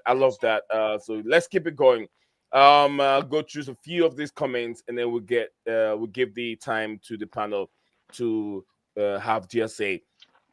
Leighton CFC watching us live on X said, welcome everyone, and many people would have known me for the past 18 months now. I've been on because I'm still recovering, but I'm still big up, bro. Big up, Leighton. On the important update according to my trusted sources. The club has also acknowledged the lack of leadership, and it is this is why we have been we've seen more established and proven players like Tosin, Pedro Neto, Joao Felix, KD Hall, and Jason. I think even Jadon Sancho signed in the summer. In January, we are hearing that our sporting directors, Paul Stanley and Lauren Stewart. Okay. AJ said RIP Dennis Law. I'm not so sure who that is, but if he has passed, Yeah, very big legend, man. United legend, proper legend. He was proper legend. During the times, he was during the times of Georgie Best and Heckers, bro. and Charlton as well. United fans would know him very, very, very well. Big up to him. Very good, brilliant player. It was quality. Condolences to his family. For the update. Condolences to his family. Thank you very much, guys, for the update. Rest in peace, Dennis Law. Patrick says Sporting has 100 million release clause in his contract. I don't think so. I don't think it's up to 100 million. AJ said but there's reports that you can get him for 65 million pounds. So okay. United, bro. FFP isn't a worry for us. AJ, according to AJ, it is for Man United. It is United fun. AJ said we're gonna make a dough on Rashford and Garnacho. According to him, and Leighton CFC said, guys, so relax. I have just heard that the Bournemouth result has shocked our famous sporting director, and Jacques Felix isn't going anywhere. Tell DJ that the coach is starting to like Jacques Felix. Our coach is losing his patience with the sporting directors, according to that was in the press conference today. What he was saying about the sporting directors, that they're asking about signing players. One more from Patrick. He said, "What players should we buy? Who can we sell realistically?" That question I directed to Scala. He's a United fan. So Scala, you have a United. Is he? No, he's a Chelsea fan. I think he's a Chelsea. Patrick is a Chelsea fan. It says a low played. It says a law played with both City and United. He played with Torino in Italy. Is it La? Is it La? I'm not sure. So he played with Torino in Italy. So Law. It's Dennis Law. It's Dennis Law played. Dennis Law is his name. Played with both City and United. He played with Torino in Italy. There's a legend with United and City. I remember him. Well, saw clips of him anyway with United and City. He was quality. He was a good player. Yeah, he was. My dad's he was Irish, isn't it? Irish. Yeah, he's Scottish. He's Scottish. No, it was half Irish and half Scottish.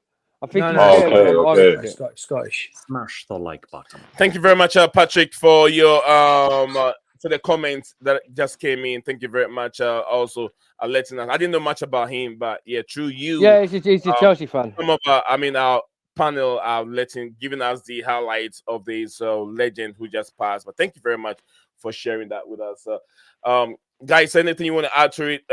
Today's topic here, the Garnacho, before we move on to Jimmy. I mean, about the Gyökeres thing, I just wanted to say, I think, look, you mentioned he has a 60 million release clause, right? I think United can meet that release clause because, look, Amorim, he's only got a 2-year contract. So I think the board will say if he wants Gyökeres like a priority, I think we'll go all in for him because, as I mentioned, he's only got a 2-year contract. And so we have to make use of all the transfer windows. So I don't think you'll get him. I don't think you get him. Champions League. No, Dan, come on, man, Dan. No. He knows the manager well, bro. If you guys meet the release clause and we do as well, then the player has an option, right? And then obviously, despite you getting Champions League, I think you would prefer to work with Amorim. I think that's a big draw, So that's where I'm coming from because I don't know the contract situation of your manager, but with Amorim, he's got a very short-term contract. He's got 5 years. He cannot be wasting transfer windows. He's already doing miracles with Ten Hag squad. We don't even have a left back. So if we get 60 million, and we also have very good relation with Sporting, so because we already said that we'll not take any of their players in this January, so we have a gentleman agreement there. But yeah, I think if United go all in, I think we can land him. But again, as you mentioned, we've already got 100 million worth of strikers, and it is a very painful task to move, especially Højlund on, because nobody wants him. At least Xerxes is wanted by Juventus. I agree with Højlund will go, bro, anyway. Yeah, I don't think Højlund will go. I don't think he'll go. No. It doesn't mean you can't get Gyökeres, though. Even I think Højlund will stay, and I think you can still get Gyökeres. That's a big problem. They won't be able to, bro. They won't be able to. They won't able to. No, they won't able to. But it's a good fit, though. The thing was Garnacho, yeah. Fair enough, they've got all the things, but like Man United fans got the thing. We've got Ammer at Man United. He worked with God. I don't think Garnacho would actually, if he sees the club that was in the mess of the state of United, he won't want to join the club. It's like Amarim. He come out what the heck for a minute? What he's doing there? Why it's a mess. He wish he never signed for Man United now. Like if the situation is. Dan, it's not about the club's mess, bro. You got to remember who United are. As much as I berate Manchester United, because my cousin's a massive United fan as well. He's in a season to get older. He goes to all their matches. I feel for him as well. As much as you want to berate Manchester United, they are still a massive club, and you can't take that away from them. I know they are a massive club. I know that. I know they're a massive club. He can. That's the pull of that. That'll be the pull, not just the manager, but the pull of Manchester United. This is who they are. And I'm not saying that we can't get Gyökeres.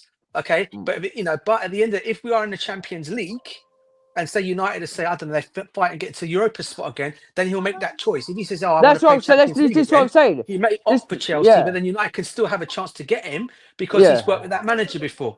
So that's what I'm saying. That's right. Yeah, but DJ, I know this. But then you could talk about players work for Man United. Look who the manager we had before, and that player was shining for his club. Then we went in for a sign for him, and because he didn't want to come. He went to another club instead. It depends if you got Champions League football. Like that time when we did have Champions League football that season, right? The player went on the other for Champions League. This is what I'm saying. It depends if Man United don't get champion or European football next season or the season after that, he won't go to a club that ain't got no European football. It's fact. Kind of like Hazard. Hazard will not come to Chelsea. Look at that time at Eddie. That's what I'm saying. Look at that time at Eddie and Hazard. If he wasn't for if it wasn't for Joe Cole, because we weren't even in the Champions League that season. Yeah, but Hazard he has no loyalties to United. He had two good choices, Chelsea or United, and he chose Chelsea. When in 2016 we didn't have Champions League, we signed. No, Pascal, we was doing bad. Like when Joe Cole was convincing him. Yeah, we were doing bad that season, and Joe Cole talk to him. Just on the Eden Hazard thing, he did before we actually signed him that season, guys. I remember one thing. I remember him coming out with a comment. I remember his interview he did, and he actually said he's going to go to a club that wins the Champions League, and we were the ones that won it. And he came to us for that reason. And obviously, he came over and he loved Chelsea. It's simple as that. He loved it there. We all know. No, but he said it himself, DJ. He said himself, I wouldn't have come if they didn't qualify for top 4. He said it himself. He said it himself. And he said he wouldn't come if we didn't win the Champions League. And that season before when we won it, that's when he decided to come to Chelsea. We got him in 2000. All right, thank you very much, guys. So before we deviate and go on and talk about Eden Hazard for the rest of the time, let's continue with what we have here on the screen, man. Big up to you, Patrick. Said he scored a goal that sent United down. It says we into bracket Chelsea need another striker, which I do agree with you 100%. So, guys, it's a transfer show live on Blueclouds Media YouTube channel. We're live on 2 platforms at the same time, X and YouTube. So, wherever you're watching us from, don't forget the most important thing you can do for us on this platform, for you to be the other magician to send this channel to the next 10K, is just by subscribing and liking the video and supporting this platform each and every time we go live. I'm asking you to do that for me to support the smallest or smaller content creators out there. That's the only way we can also become big. So trust in us and support us wherever. Nee, have you seen anything on Twitter? Because there was this guy on Twitter I saw earlier. Why do you like interrupting so much? No, I'm asking you. I just want to know. Why do you like I want to know that? if you. No, I'm not wanting to. I'm just asking you. Why can't you just wait? Just finish this line, and when I'm done. Okay, sorry. Okay, so no, because I want to know if it's true from you, because you say you know a bit sort of. Right, About what? there's a thing on Twitter. Some guys put a thing about Osimhen with Spanish flags. Do you think there's some club in Spain got Osimhen? I don't care about where Osimhen goes anymore. I don't care about where Osimhen goes, Danny. I thought it was your player. And it's not going to come to Chelsea. I don't worry about it. Oh yeah, but I thought it was your player. I'm Me, my player. if we don't get him. How is Osimhen my player? I don't want Osimhen. I've never won Osimhen at Chelsea. I've never won him. When everybody was crying about Osimhen, I've never won him.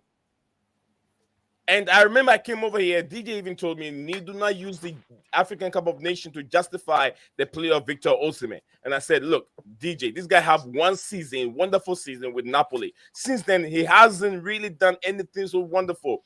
And we've seen strikers that we brought to the football club before. I feel like Osimhen will struggle in the Premier League."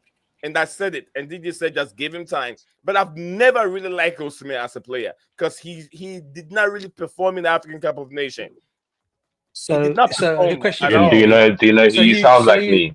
Do you know you sound like me? You sound like that guy on the meme guy, the villager. Oh God! The witch doctor. Oh God! Yeah, damn. Yeah, and he does, don't he? He does, don't he? So there's one question for you, bro. So you're trying you're to tell a hater, Nee. Yeah, just that's to get this straight, hateful. bro. So you're trying to How tell could me, you would actually prefer Jackson over Osimhen? Oh yeah. Correct me if I'm wrong here. Oh yeah, my he God. would. Oh my God! I Sorry. don't. I Sorry. can't believe that. When I said this, You've answered my question, bro. It's all right. It's all right. I need to smoke, man. I did say it. I need to have a cigarette. Do you know what? I prefer Jackson over Victor Osimhen. This is his waffle. Sure. I thought maybe my fellow Nigerians would say, is it because he is a Ghanaian born, so that's the reason why he's going against. But I saw some fellow Nigerians who don't even want Victor Osimhen at Chelsea. So I was like, oh God, I'm spot on. These guys are even behind me. I saw my fellow Nigerians who don't even want Victor Osimhen at Chelsea Football Club. There is a reason. There is a reason. Oh, so okay, so he did Osimhen did come to Chelsea, and he bagged in 24 goals one season. Would you not be happy about like you'd say? But you say that's it then? Yeah, you reckon he won't do none of that? He wouldn't score 24 goals in that season. That you're talking about if I wouldn't have a problem about it. Listen to me. I don't have a problem. Whoever comes, I can't stop who is coming to Chelsea and who is not coming to Chelsea. I cannot stop that. It is not in my hands. But what I'm saying, I'm not in support with Victor Osimhen going to Chelsea. But when he goes to Chelsea, he dons the jersey, he wears the jersey, he wears the uniform. I have no choice to support Victor Osimhen. But I don't believe that Victor Osimhen could give us that number of 25 goals consistently, even 3 seasons in a row, like Mo Salah have done. For Liverpool, he has to keep doing it on and on and on, like Eden Hazard Drogba did. I don't think that Victor Osimhen can do that for Chelsea. That was my problem. Well, so Nee, how could you say that? Do you know he's a proper true Chelsea fan and he's got heart in blue? So if he came to Chelsea, he would score the 25 goals. I don't support the football club based on one person because he's a proper Chelsea. No, that's agree. Okay, that's fair enough. I don't do that. Fair enough. It's I don't do that. On that one. I support the football club. The reason why I go along with it, Nees, I can understand what you're saying because obviously I get the feeling, I get the thing with the whole thing with the Osimhen and Jackson thing. The reason why I'm just saying, if there was no Jackson there and the option was there, I get why you guys are saying maybe not to have Osimhen there because of the African Cup. And I agree 100% about what Steven says because we'll end up losing 2 players. I agree with that 100%. That's the only downfall of why I wouldn't take Osimhen for that reason. But if you were to ask me to choose between Osimhen and Jackson, I still think Osimhen is a better striker, even though Jackson has been playing for us. I just think Osimhen comes in and gives us more, and he scores more goals for us. And I think finishes chances. And also, he's got the players around him that will actually pass him, and he'll actually finish chances that Jackson cannot finish. That we've seen in the last couple of games. Osimhen finishes those chances. Regardless of anyone says, Osimhen finishes those chances. So that for me, and I think Cole Palmer would actually be a happier player that he's got someone like a Victor Osimhen there because he knows if I pass the ball in the box, in the back of the net. Cook him, DJ. Cook him, DJ. Whereas with Jackson, he's missed him on several occasions. Listen, nothing against Jackson before you come at me, by the way. Thank Nothing you. against Jackson. Let's say this one more thing before we move on from this topic. If someone coaches Jackson very well, to me, I think Jackson is overdoing, it's overworking for the team. If Jackson is being coached very well to keep him at a certain position, I'm sure he will get time to breathe and finish chances. Jackson's run too many times with the ball. He runs over 90 minutes. Most of the time, 10 over, it's always on Jackson. 10 over, Jackson is running with the ball. He runs from most of the time from the halfway out of the in the center of the pitch, trying to run and score a goal. Victor Osimhen doesn't do that many times. He's standing there waiting. Bro, That's but how he's a more of a lethal finisher, bro. But we don't Whoa!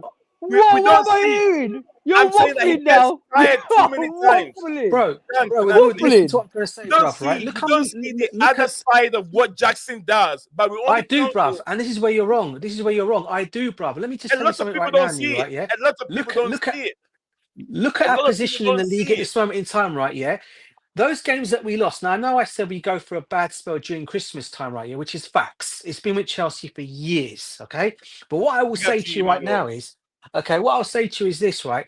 Those games that we've dropped points in, I think we were at one point 17 points off everyone else. Now Newcastle have caught us up.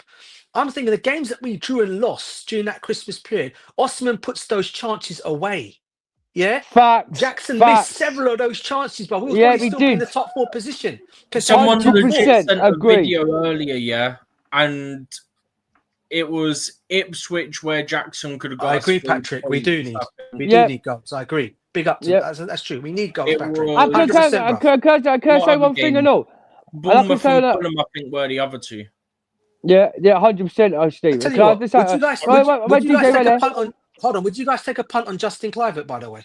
Yeah, I would. I will take him. This guy's been brilliant.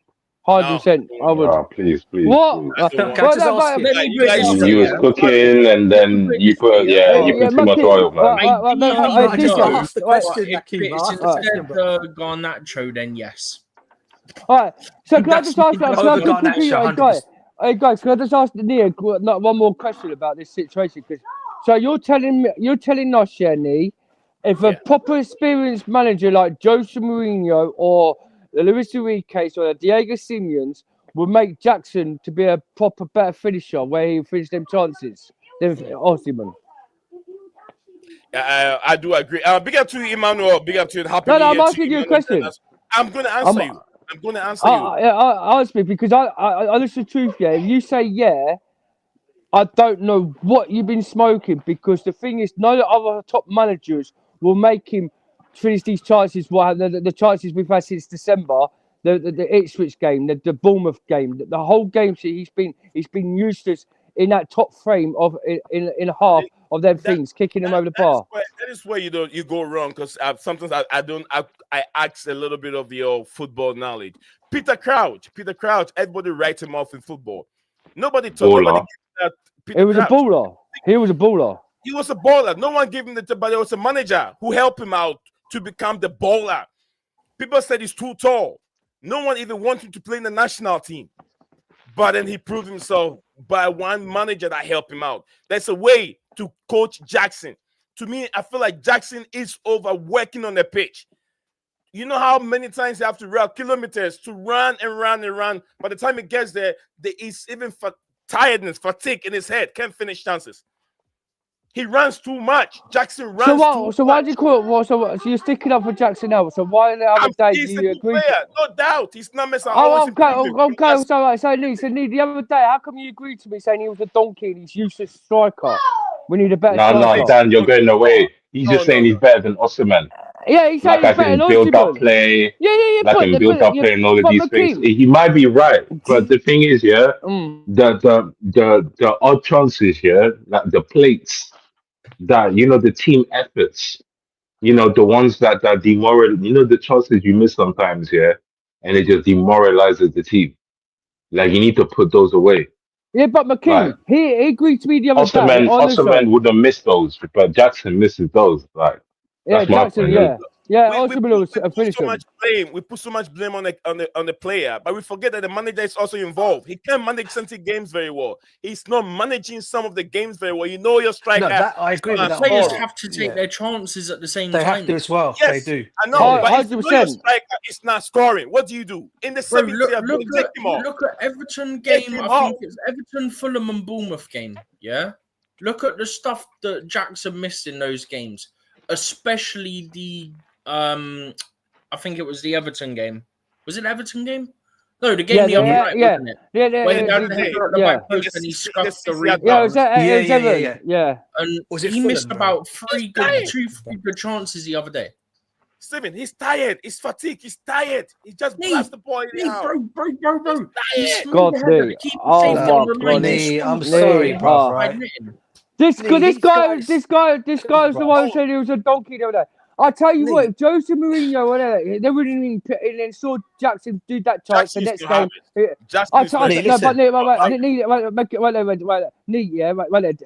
DJ, you're coming after. The thing, if we had world-class managers again at Chelsea, like Jose Mourinho's that, and they saw Jackson that game, how many chances he had and not scored, couple games, they've taken him off, won't play him ever again, and got him gone. Yeah, got him gone. And he'll be sitting in the reserves, bro. Yeah, he'll be sitting on the reserve bench. In the reserves, bro. This is what I'm saying. Jose was kept to the reserves. Yeah, he'd say he'd be gone. This guy's useless. And you're talking about us. He's working hard. That's why he misses chances. Nobody. You other day said he was a donkey, and you want to get rid of it. You're making my point. You're making my point. The same thing has to do with game management. You realize that your player is not scoring. It's not the game. It's just not good enough up front. The same thing you're saying. Your player is not scoring. He'll be on the bench, right? So if you know that your player is missing so many chances in the game, take him off. You don't have only one player on the bench. Nkunku is right there. What's his name? McGee is right there. Put those players on. But you keep Jackson on and get the whole team frustrated. It's called game management from the manager. Yeah, I agree, but I agree with Neil on that one, because what I'll say on Neil on that one, I agree with him, because our manager does have to be blamed in some circumstances, because he's not looking. He should be trusting more in his players, and the fact that he's not taking Jackson off and leaving the likes of Nkunku and Felix and like those and Guy on the bench, is telling the board upstairs, "I don't trust these players you've given me." Yeah. To be fair, Nkunku's been a mess. To be fair, Nkunku's been a mess. Yes, he's injury. He's injury.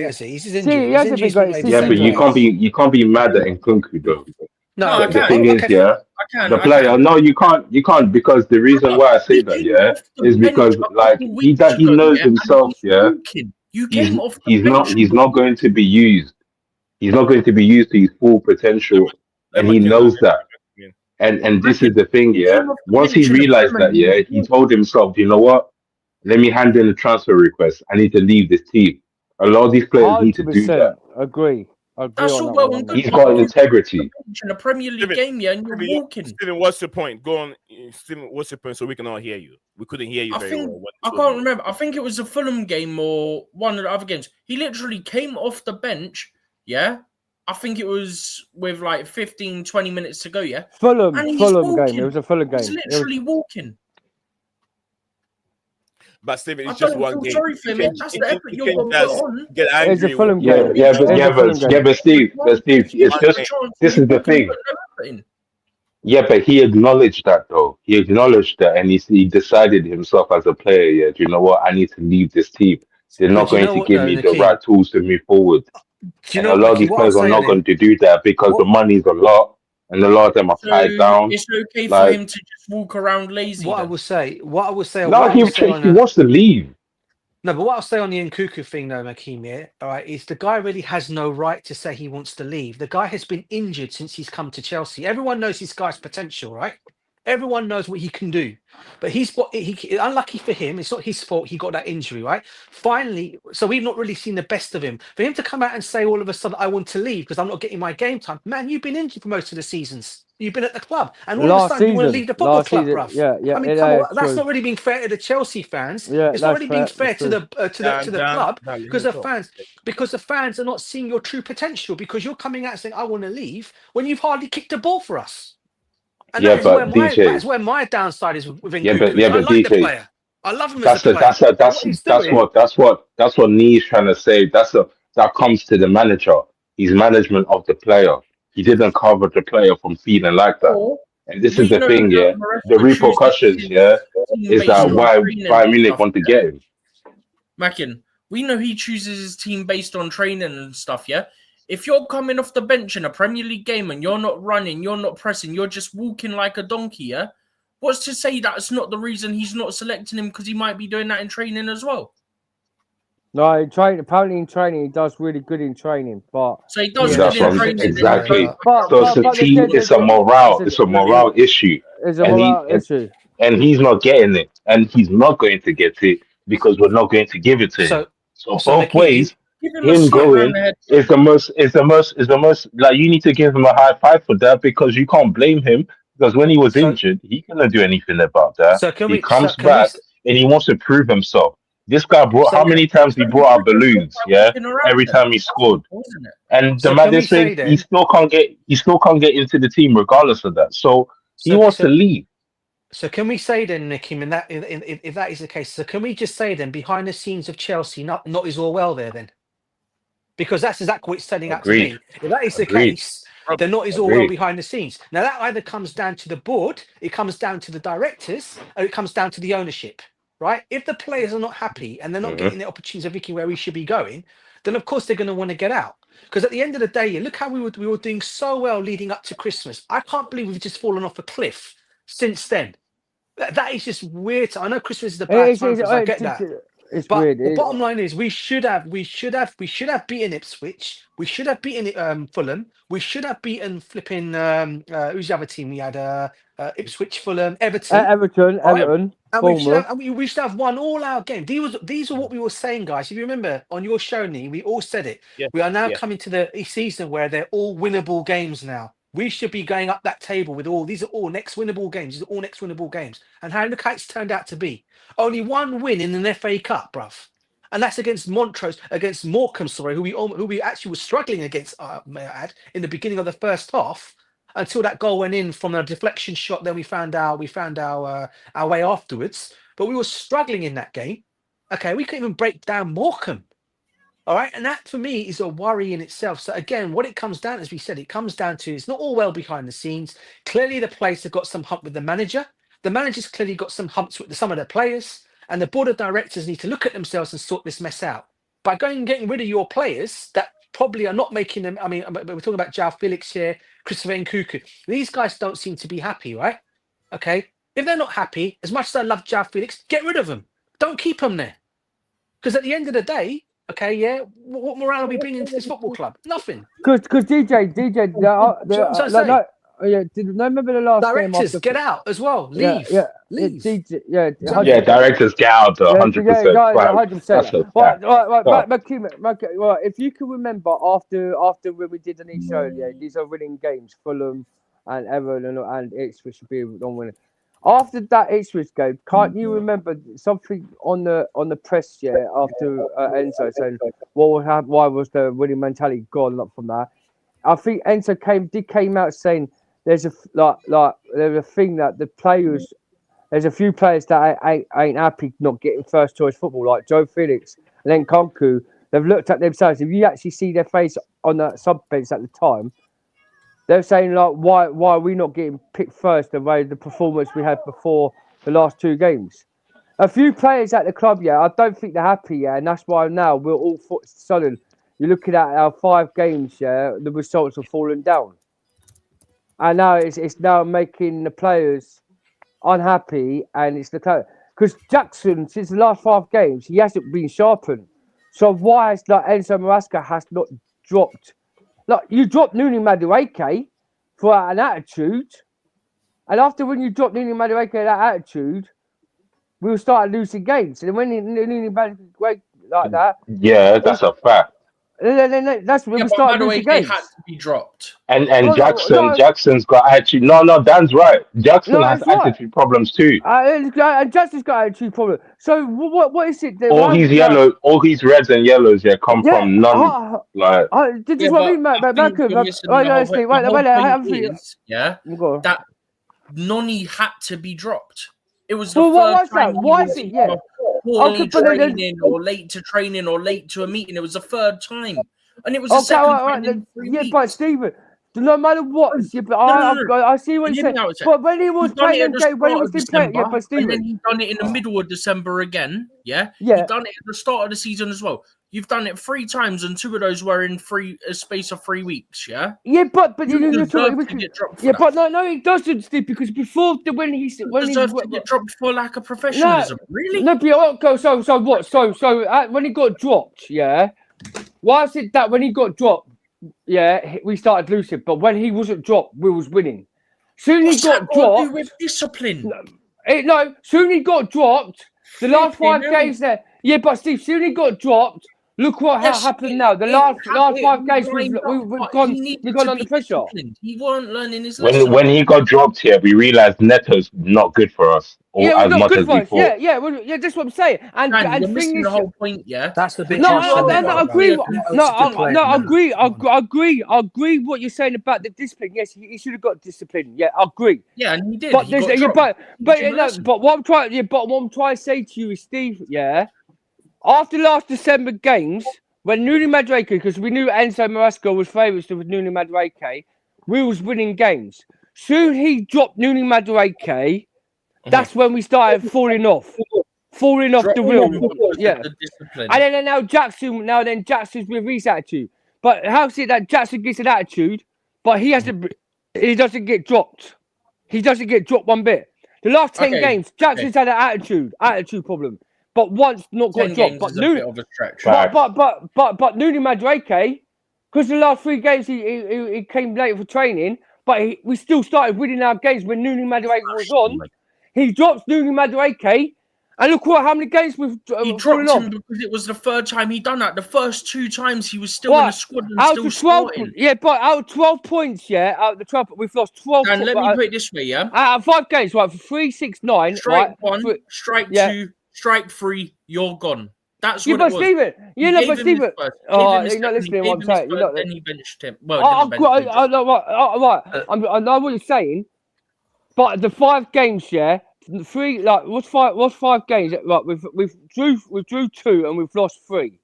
Yeah. So out of the 5 games, how many points is that so far? 3, 6, 9, right? 12, 16 points there. Yeah, by 5 points there.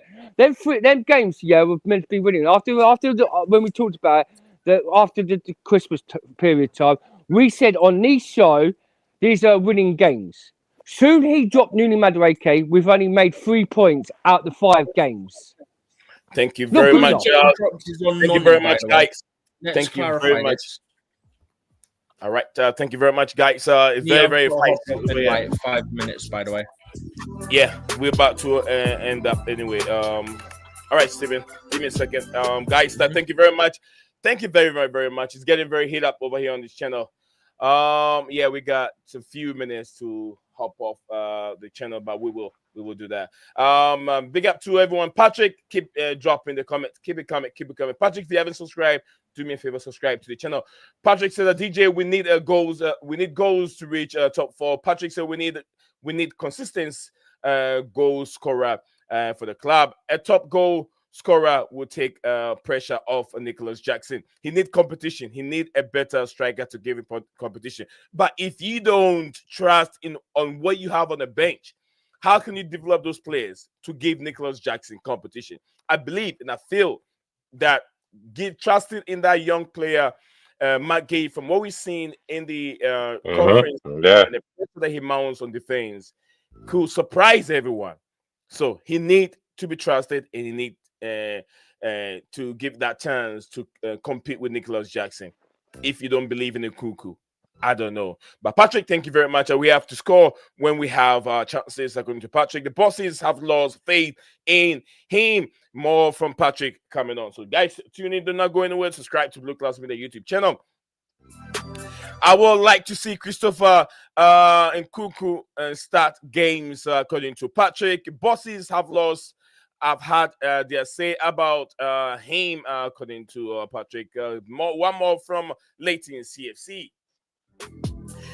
He said, guys, calm down. And I heard that Joao Felix isn't going anywhere, and Trevor Chalobah had a meeting with the team, and Christopher Nkunku might stay. And if Trevor Chalobah gets defense good, he might stay, according to his sources. Thank you very much, Leighton CFC, watching us live on X. So we're gonna continue. We got one more to go, guys. Let's make that snappy, and then we can all go. We intend to stay for just 2 hours, but we're going on and on and on the same topic over and over. Sorry, Nee, I've got a bell, bro. Yeah, I've got a bell, mate. Let's make it snappy with the last one, which we all know. Another young player being linked with Chelsea by the name Jimmy. I'm sure it's Jimmy Gittens, player who have played on youth development teams in England before. He was with Manchester City. I'm not so sure exactly where he was born, but I think from what I've seen, he was born in England, because I've seen him wear the Three Lions youth jersey before. So I believe that he understands the English culture. He can adapt to the situation. But also, Joe Shield, I've worked with this player before. He's worked with the likes of I have some few images here to show you guys. I think the likes of Cole Palmer, Tosi himself, which is Jimmy Gittens, Rumi Lavia, Jadon Sancho, and Olise, formerly of Crystal Palace. Joe should have worked with these players before, and I believe that if indeed Chelsea wants him, he can definitely persuade him and bring him to the football club. I don't know what you guys have, and let me start from Steven, who I wouldn't get much time to. He doesn't have much time to stay on. I'll start from Steven. Steven, what do you make of this link with Chelsea, Jimmy Gittens?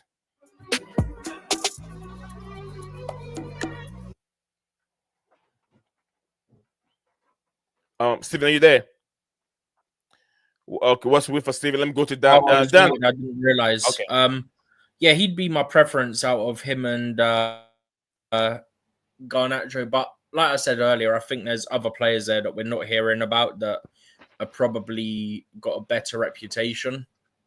I wouldn't be surprised if that's the case. But yeah, out of the two, he'd definitely be my preference. Also, if Joe Shields is recommending a player, just go and get the player. This guy has not missed yet.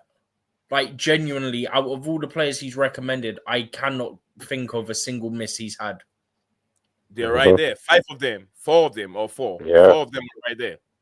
Brother, when Joe Shields tells you, just take the risk on the player, this is what you have to learn at this point. Yeah? This guy has brain cells. Our sporting directors seriously lack brain cells. Look, they're okay at identifying talent, but Joe Shields is a next level identifying talent. Yeah, I saw someone saying about, it's just sign your mates, and they put a list of who Joe Shields has got, who Paul Winstanley's got, who Lawrence Stewart has got. Yeah, when it comes to Joe Shields, it's not just I'm gonna sign people I know who are mates or that I watched develop at Man City. It's I actually can identify a talent. I know what I'm doing. Listen to me. Whereas with the other two, outside of Caicedo, it very much has been just get my mates.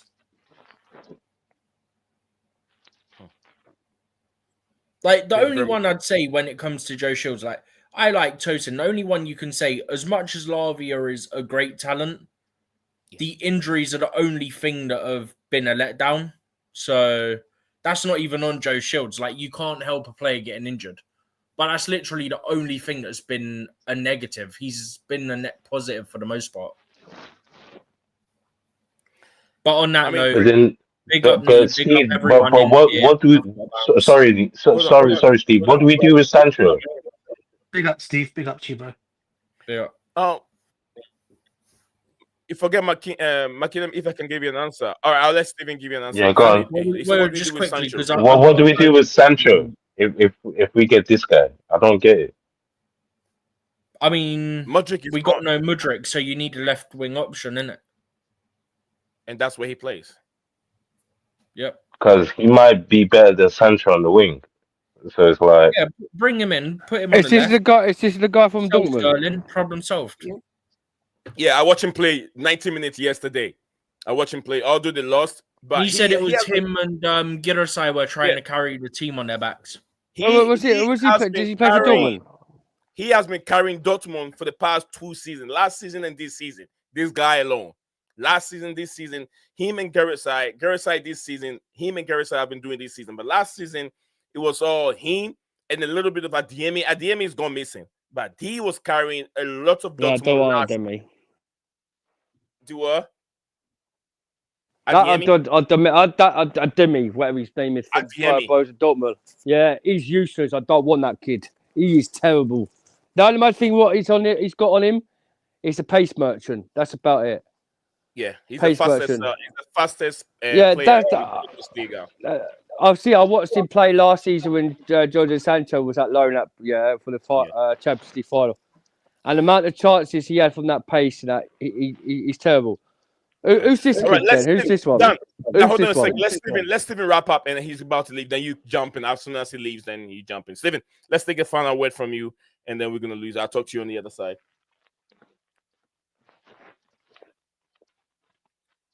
Are you there, Steven? All right, I've done it again. I forgot I was on mute again. Yeah, I'll probably message you later because I'll probably manage to watch the Lions game. So if I'm awake, I'll message you through that. But, well, if you're not awake, I'm calling you so you can watch the Lions game. You can't miss it. You know how bad my sleep pattern is. Yeah, if I'm asleep, don't call me, please. But yeah, big up to everyone in here. Big up to everyone in the big chat. Up, Steve, bro. Make sure you like and subscribe and follow on all the other platforms, all the same name, Blueclouds Media. And yeah, respect, guys. And I'll speak to you guys, I presume, tomorrow. If not, I'll try and catch Monday whilst I'm at the game. Have a great evening, bruv. Peace. You lot. Have a great evening. Thank you, Steve. That's my man right there, Stephen G. Hopping off. Thank you very much, Stephen G, for joining us on the show. And smart guy, intelligent football analyst, and his contribution always go a long way. Sorry, I know you want to bring in Dan, bruv. I've got a dust as well, bruv. So I'm just going to be quickly with my comments, and I'll go from you guys. On the links with this kid from Borussia Dortmund. Yeah, I'm for that, and I totally agree with what Steve said. If it's Joe Shields who's recommending him, then I'd say go and get the kid. He looks a talent from what I've seen of him. He does tick our boxes, but then I'm thinking to myself, I still think we need a striker. Will he fill that float? Will he fill that position as a striker? He can play as a winger. Whereas I know you guys said you don't like Adeyemi. What I will say about Adeyemi, he's exactly like Tal from Bayern Munich. He can play off the wing and he can play as a striker. Whereas this kid can only play as a winger. So do we need another winger is a question because of Jadon Sancho, as Makeem is pointing out. No, we don't. No, we don't. We don't. So my thing would be is as much as we know, if Adeyemi is the only one that is left to get in this window now, I wouldn't complain if he was to come because he can play as a left winger and he can play as a number 9. So I look at it from that way. Yeah, Adeyemi, yeah. Are you saying if Adeyemi and this guy? Yeah. No, yeah. Adeyemi can play as a winger and he can play as a striker, whereas this kid can only play as a winger. So, no, Adeyemi cannot play as a striker. He's played as a striker, bruv. No, he's played as a striker, bruv. Then, DJ, if that's the case, then bring Callum Manny from PSG because he can play wing and a striker. Well, I'd go for Tal, bruv. That'd be my choice out of all of them. But that's yeah, why I would still say with Matisse Tail. Yeah. Yeah, that's why. But then having said all that, I still wouldn't say no to this Gittens kid because, as I said, I think he looks brilliant. And if we were to get him in, and he's the only one, I prefer him over Garnacho any day of the week, mate. Yeah, so, who is this kid? Who is this kid? What's his name? I think he came through if I'm not mistaken, he came through the Manchester City ranks, didn't he, as well? Didn't he? Yeah. He came through the Manchester City ranks, and he worked with Joe Shield. When Joe yes, Shield was he did. I know you worked with Joe Shield. I know. So worked with Joe. If he can bring him in, and I recommend I go, and he's the only word. This is the only guy's word I take at the football club is Joe Shields. And if he's the guy who's saying bring this kid in, I say go all out and get him. At least you've got something there. But anyway, listen, guys. Love to all of you guys. Okay, catch up to everyone in the comments. Same here, bro. All right, same here, bro. Everyone, smash the like and subscribe. And remember what I said, guys. Thanks for having me on your show as always. It's a pleasure chatting footy with you guys. Yeah, take care of yourselves. Thank you very much. Love you, brother. Enjoy the rest of your evening, and my regards to the family. Lovely daughter. My regards to everyone in the house. I'm gonna shoot off, man. Yes, Yeah. we're gonna get. Yeah, I'll my be here phone's for literally dead. a second. My phone's dead. My phone's literally dead. It's on Dan, 2%. Dan, hold on to Yeah. that phone. I'm gonna end this. I'm gonna end the show with you. Let me hear from Makim first. Dan, I'll end the show with you. All right, guys. I understand we're not doing good at the moment. This is it's not What, all negative, you so know. what do you make of him? What do you make of this guy? Before you wrap it up, I haven't heard your Oh, okay. point. Yeah, Jamie Gittens. Do you know what? I I understand. didn't see much of him. I understand. I understand Joe Shields, and the fact that he recommended it, I understand. And the way that he's come through the same ranks as Jadon Sancho, and Jadon Sancho is not originally a winger, not winger, but look how good he's doing. He's doing very well because he's a very technical player. So Jadon Sancho did well in the midfield, in the eight. He did well there. This player, his original position is a winger.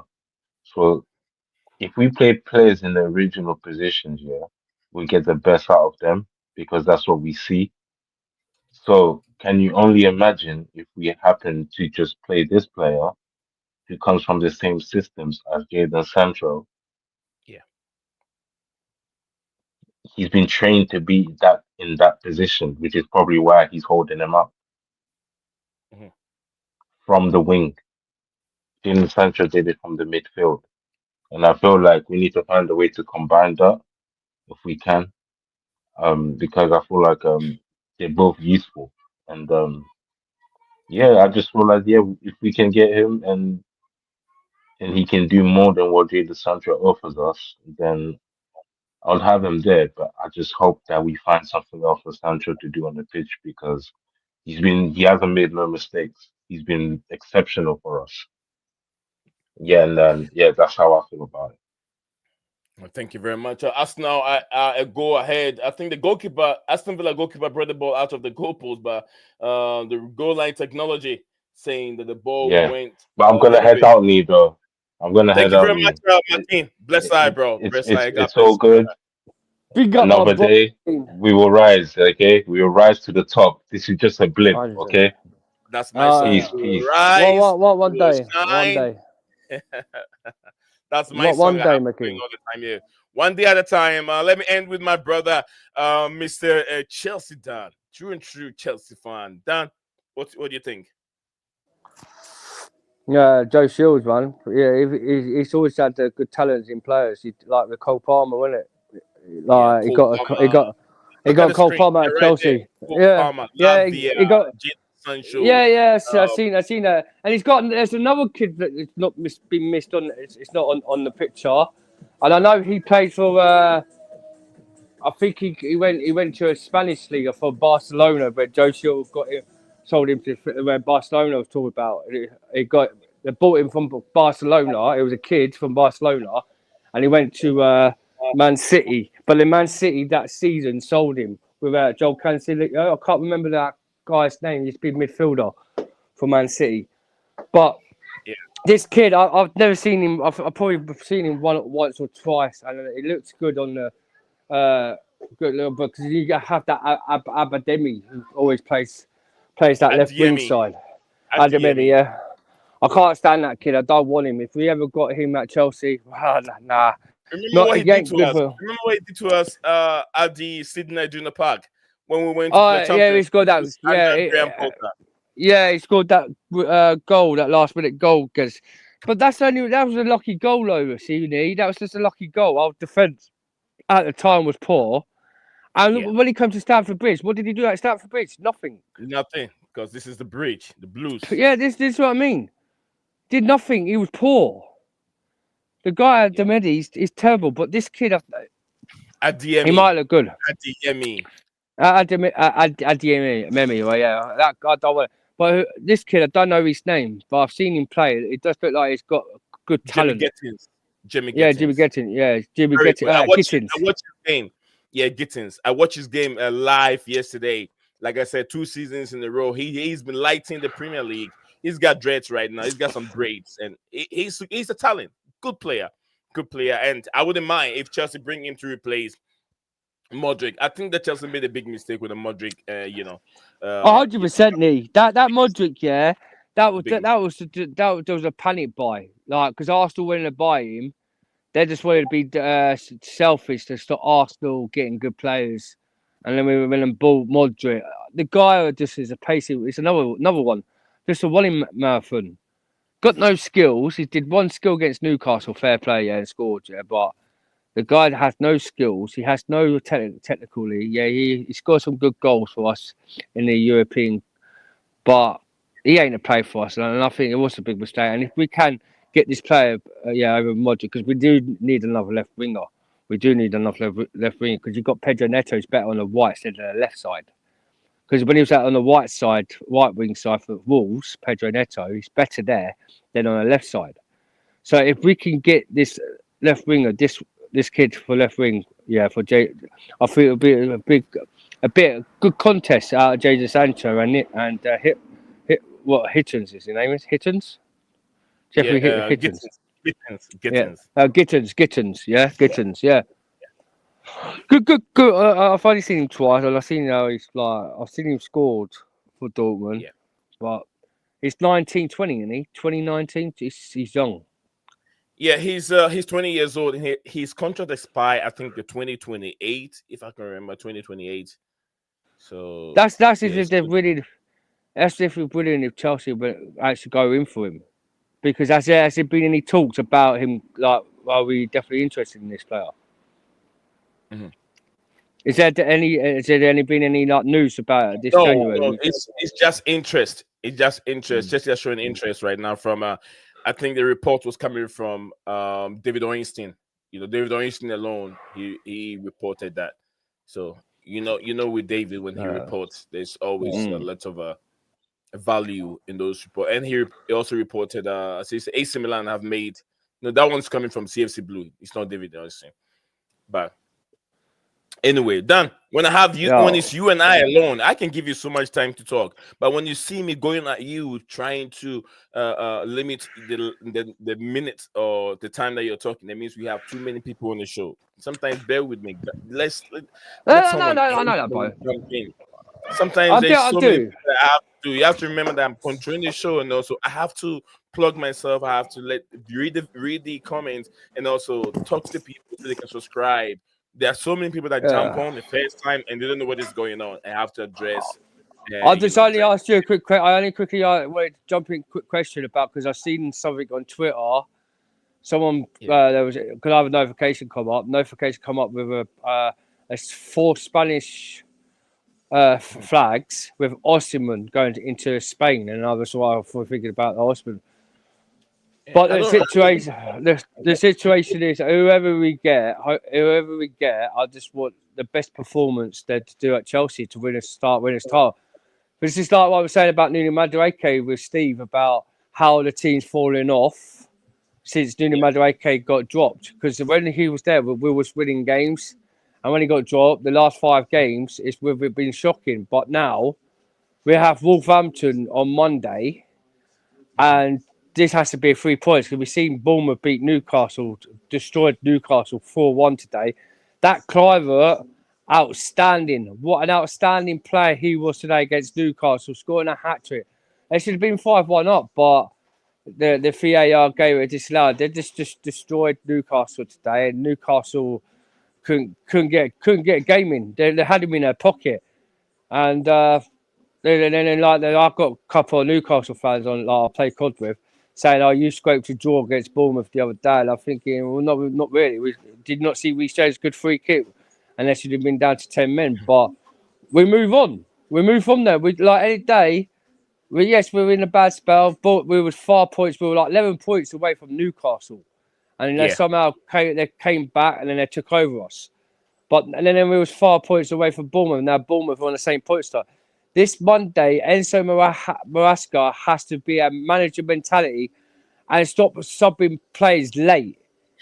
If you stop playing, he needs to stop doing that, because the thing is, if Jackson's tired and he ain't doing well in the second half, don't be scared to take him off. Just take him off. That's what I'm saying. That's what I'm saying. He's a good player. He's not a bad player. We all know he's a good player. He's overlooked. I'm not going to slate Jackson off, right? I don't hate the player. I don't have a agenda on the player. Mm-hmm. He does try on the pitch what he does, but he's not a conflict. He ain't conflict a Super Bowl enough to finish the chances. Because like Guai was there, he would have finished it. Like we see Tammy Abraham been in them positions before, and he's finished it at that same age when he was same age as Jackson.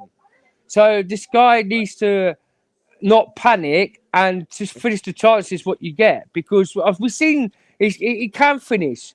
Look at that time when he had that 1-on-1 against goalkeeper, that good assist what he did, and he scored that good goal.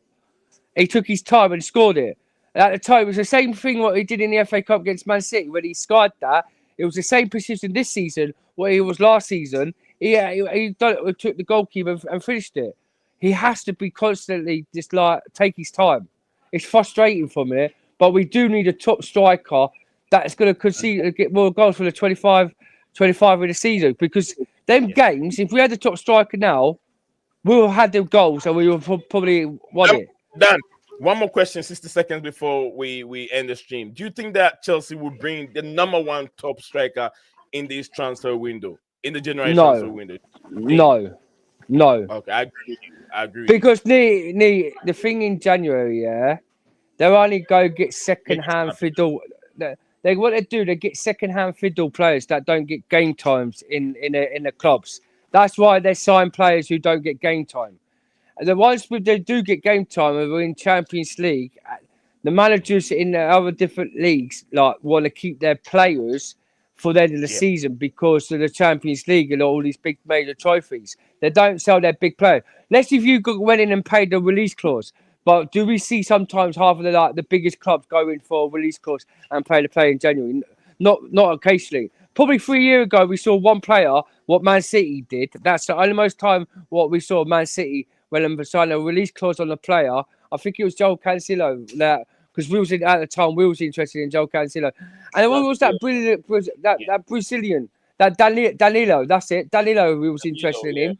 And then next bit, Man City went and bought him. And then after that, they swapped him for Dan Cancelo for Juventus. So it's them things, isn't it? It's them things. Oh, my phone went. It's just one of them things, Ernie. One of them. You ain't gonna get a top striker in January. It will be next season. Absolutely. Thank you very much, Mr. Dan, for joining me on the show. I really appreciate your time. And, I know you're a smart guy. You're a football fan. Your football knowledge is very, very, big up, man. Everyone smash that like button and subscribe to the channel, because I put it in the chat. And it's free. It's free to click that sub. Yeah. It's free to click this. It's not, you don't have to pay for it. It's totally free. Just click it. The little finger, what you got, just click that sub. Reach 10,000. We want 10,000K on this channel. Let's do it for Nee. Even though he waffles syrups, Wikipedia syrups, but we love him. He's a bro. But anyway, I've got to go because my phone's about to die on me. Big up to you, yeah. Thanks for letting me on the channel. Enjoy the rest of the game. I think it's almost about half time. So enjoy the rest of the second half, and I'll talk to you. I think I will be off on Sunday, but I'll be back on Monday for the preview for Chelsea and Wolverhampton Wanderers game. So, bro, chill. Enjoy the rest of the day.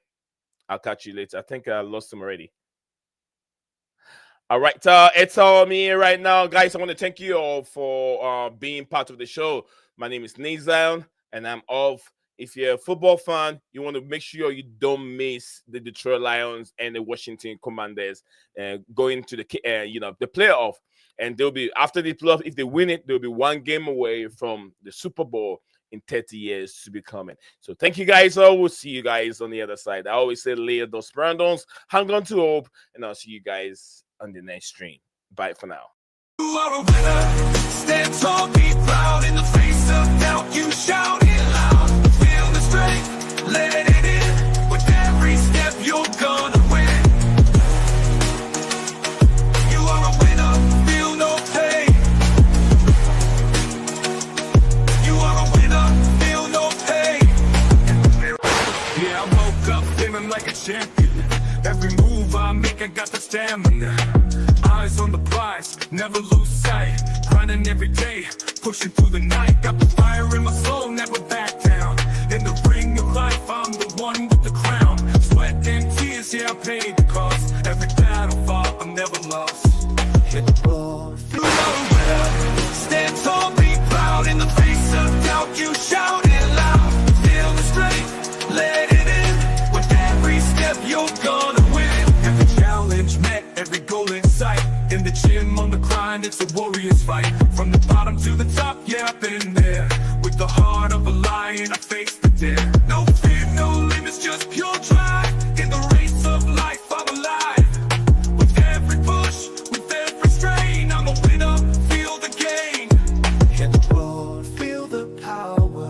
In this moment, it's our hour. Rise above, break the chain. You're a winner, feel no pain. You are a winner, stand tall, be proud. In the face of doubt, you shout it loud. Feel the strength, let it in. With every step, you're gonna win. In this moment, own your name. You are a winner in this game. You are a winner, stand tall, be proud. In the face of doubt, you shout it loud. Feel the strength, let it in. With every step, you're gonna win.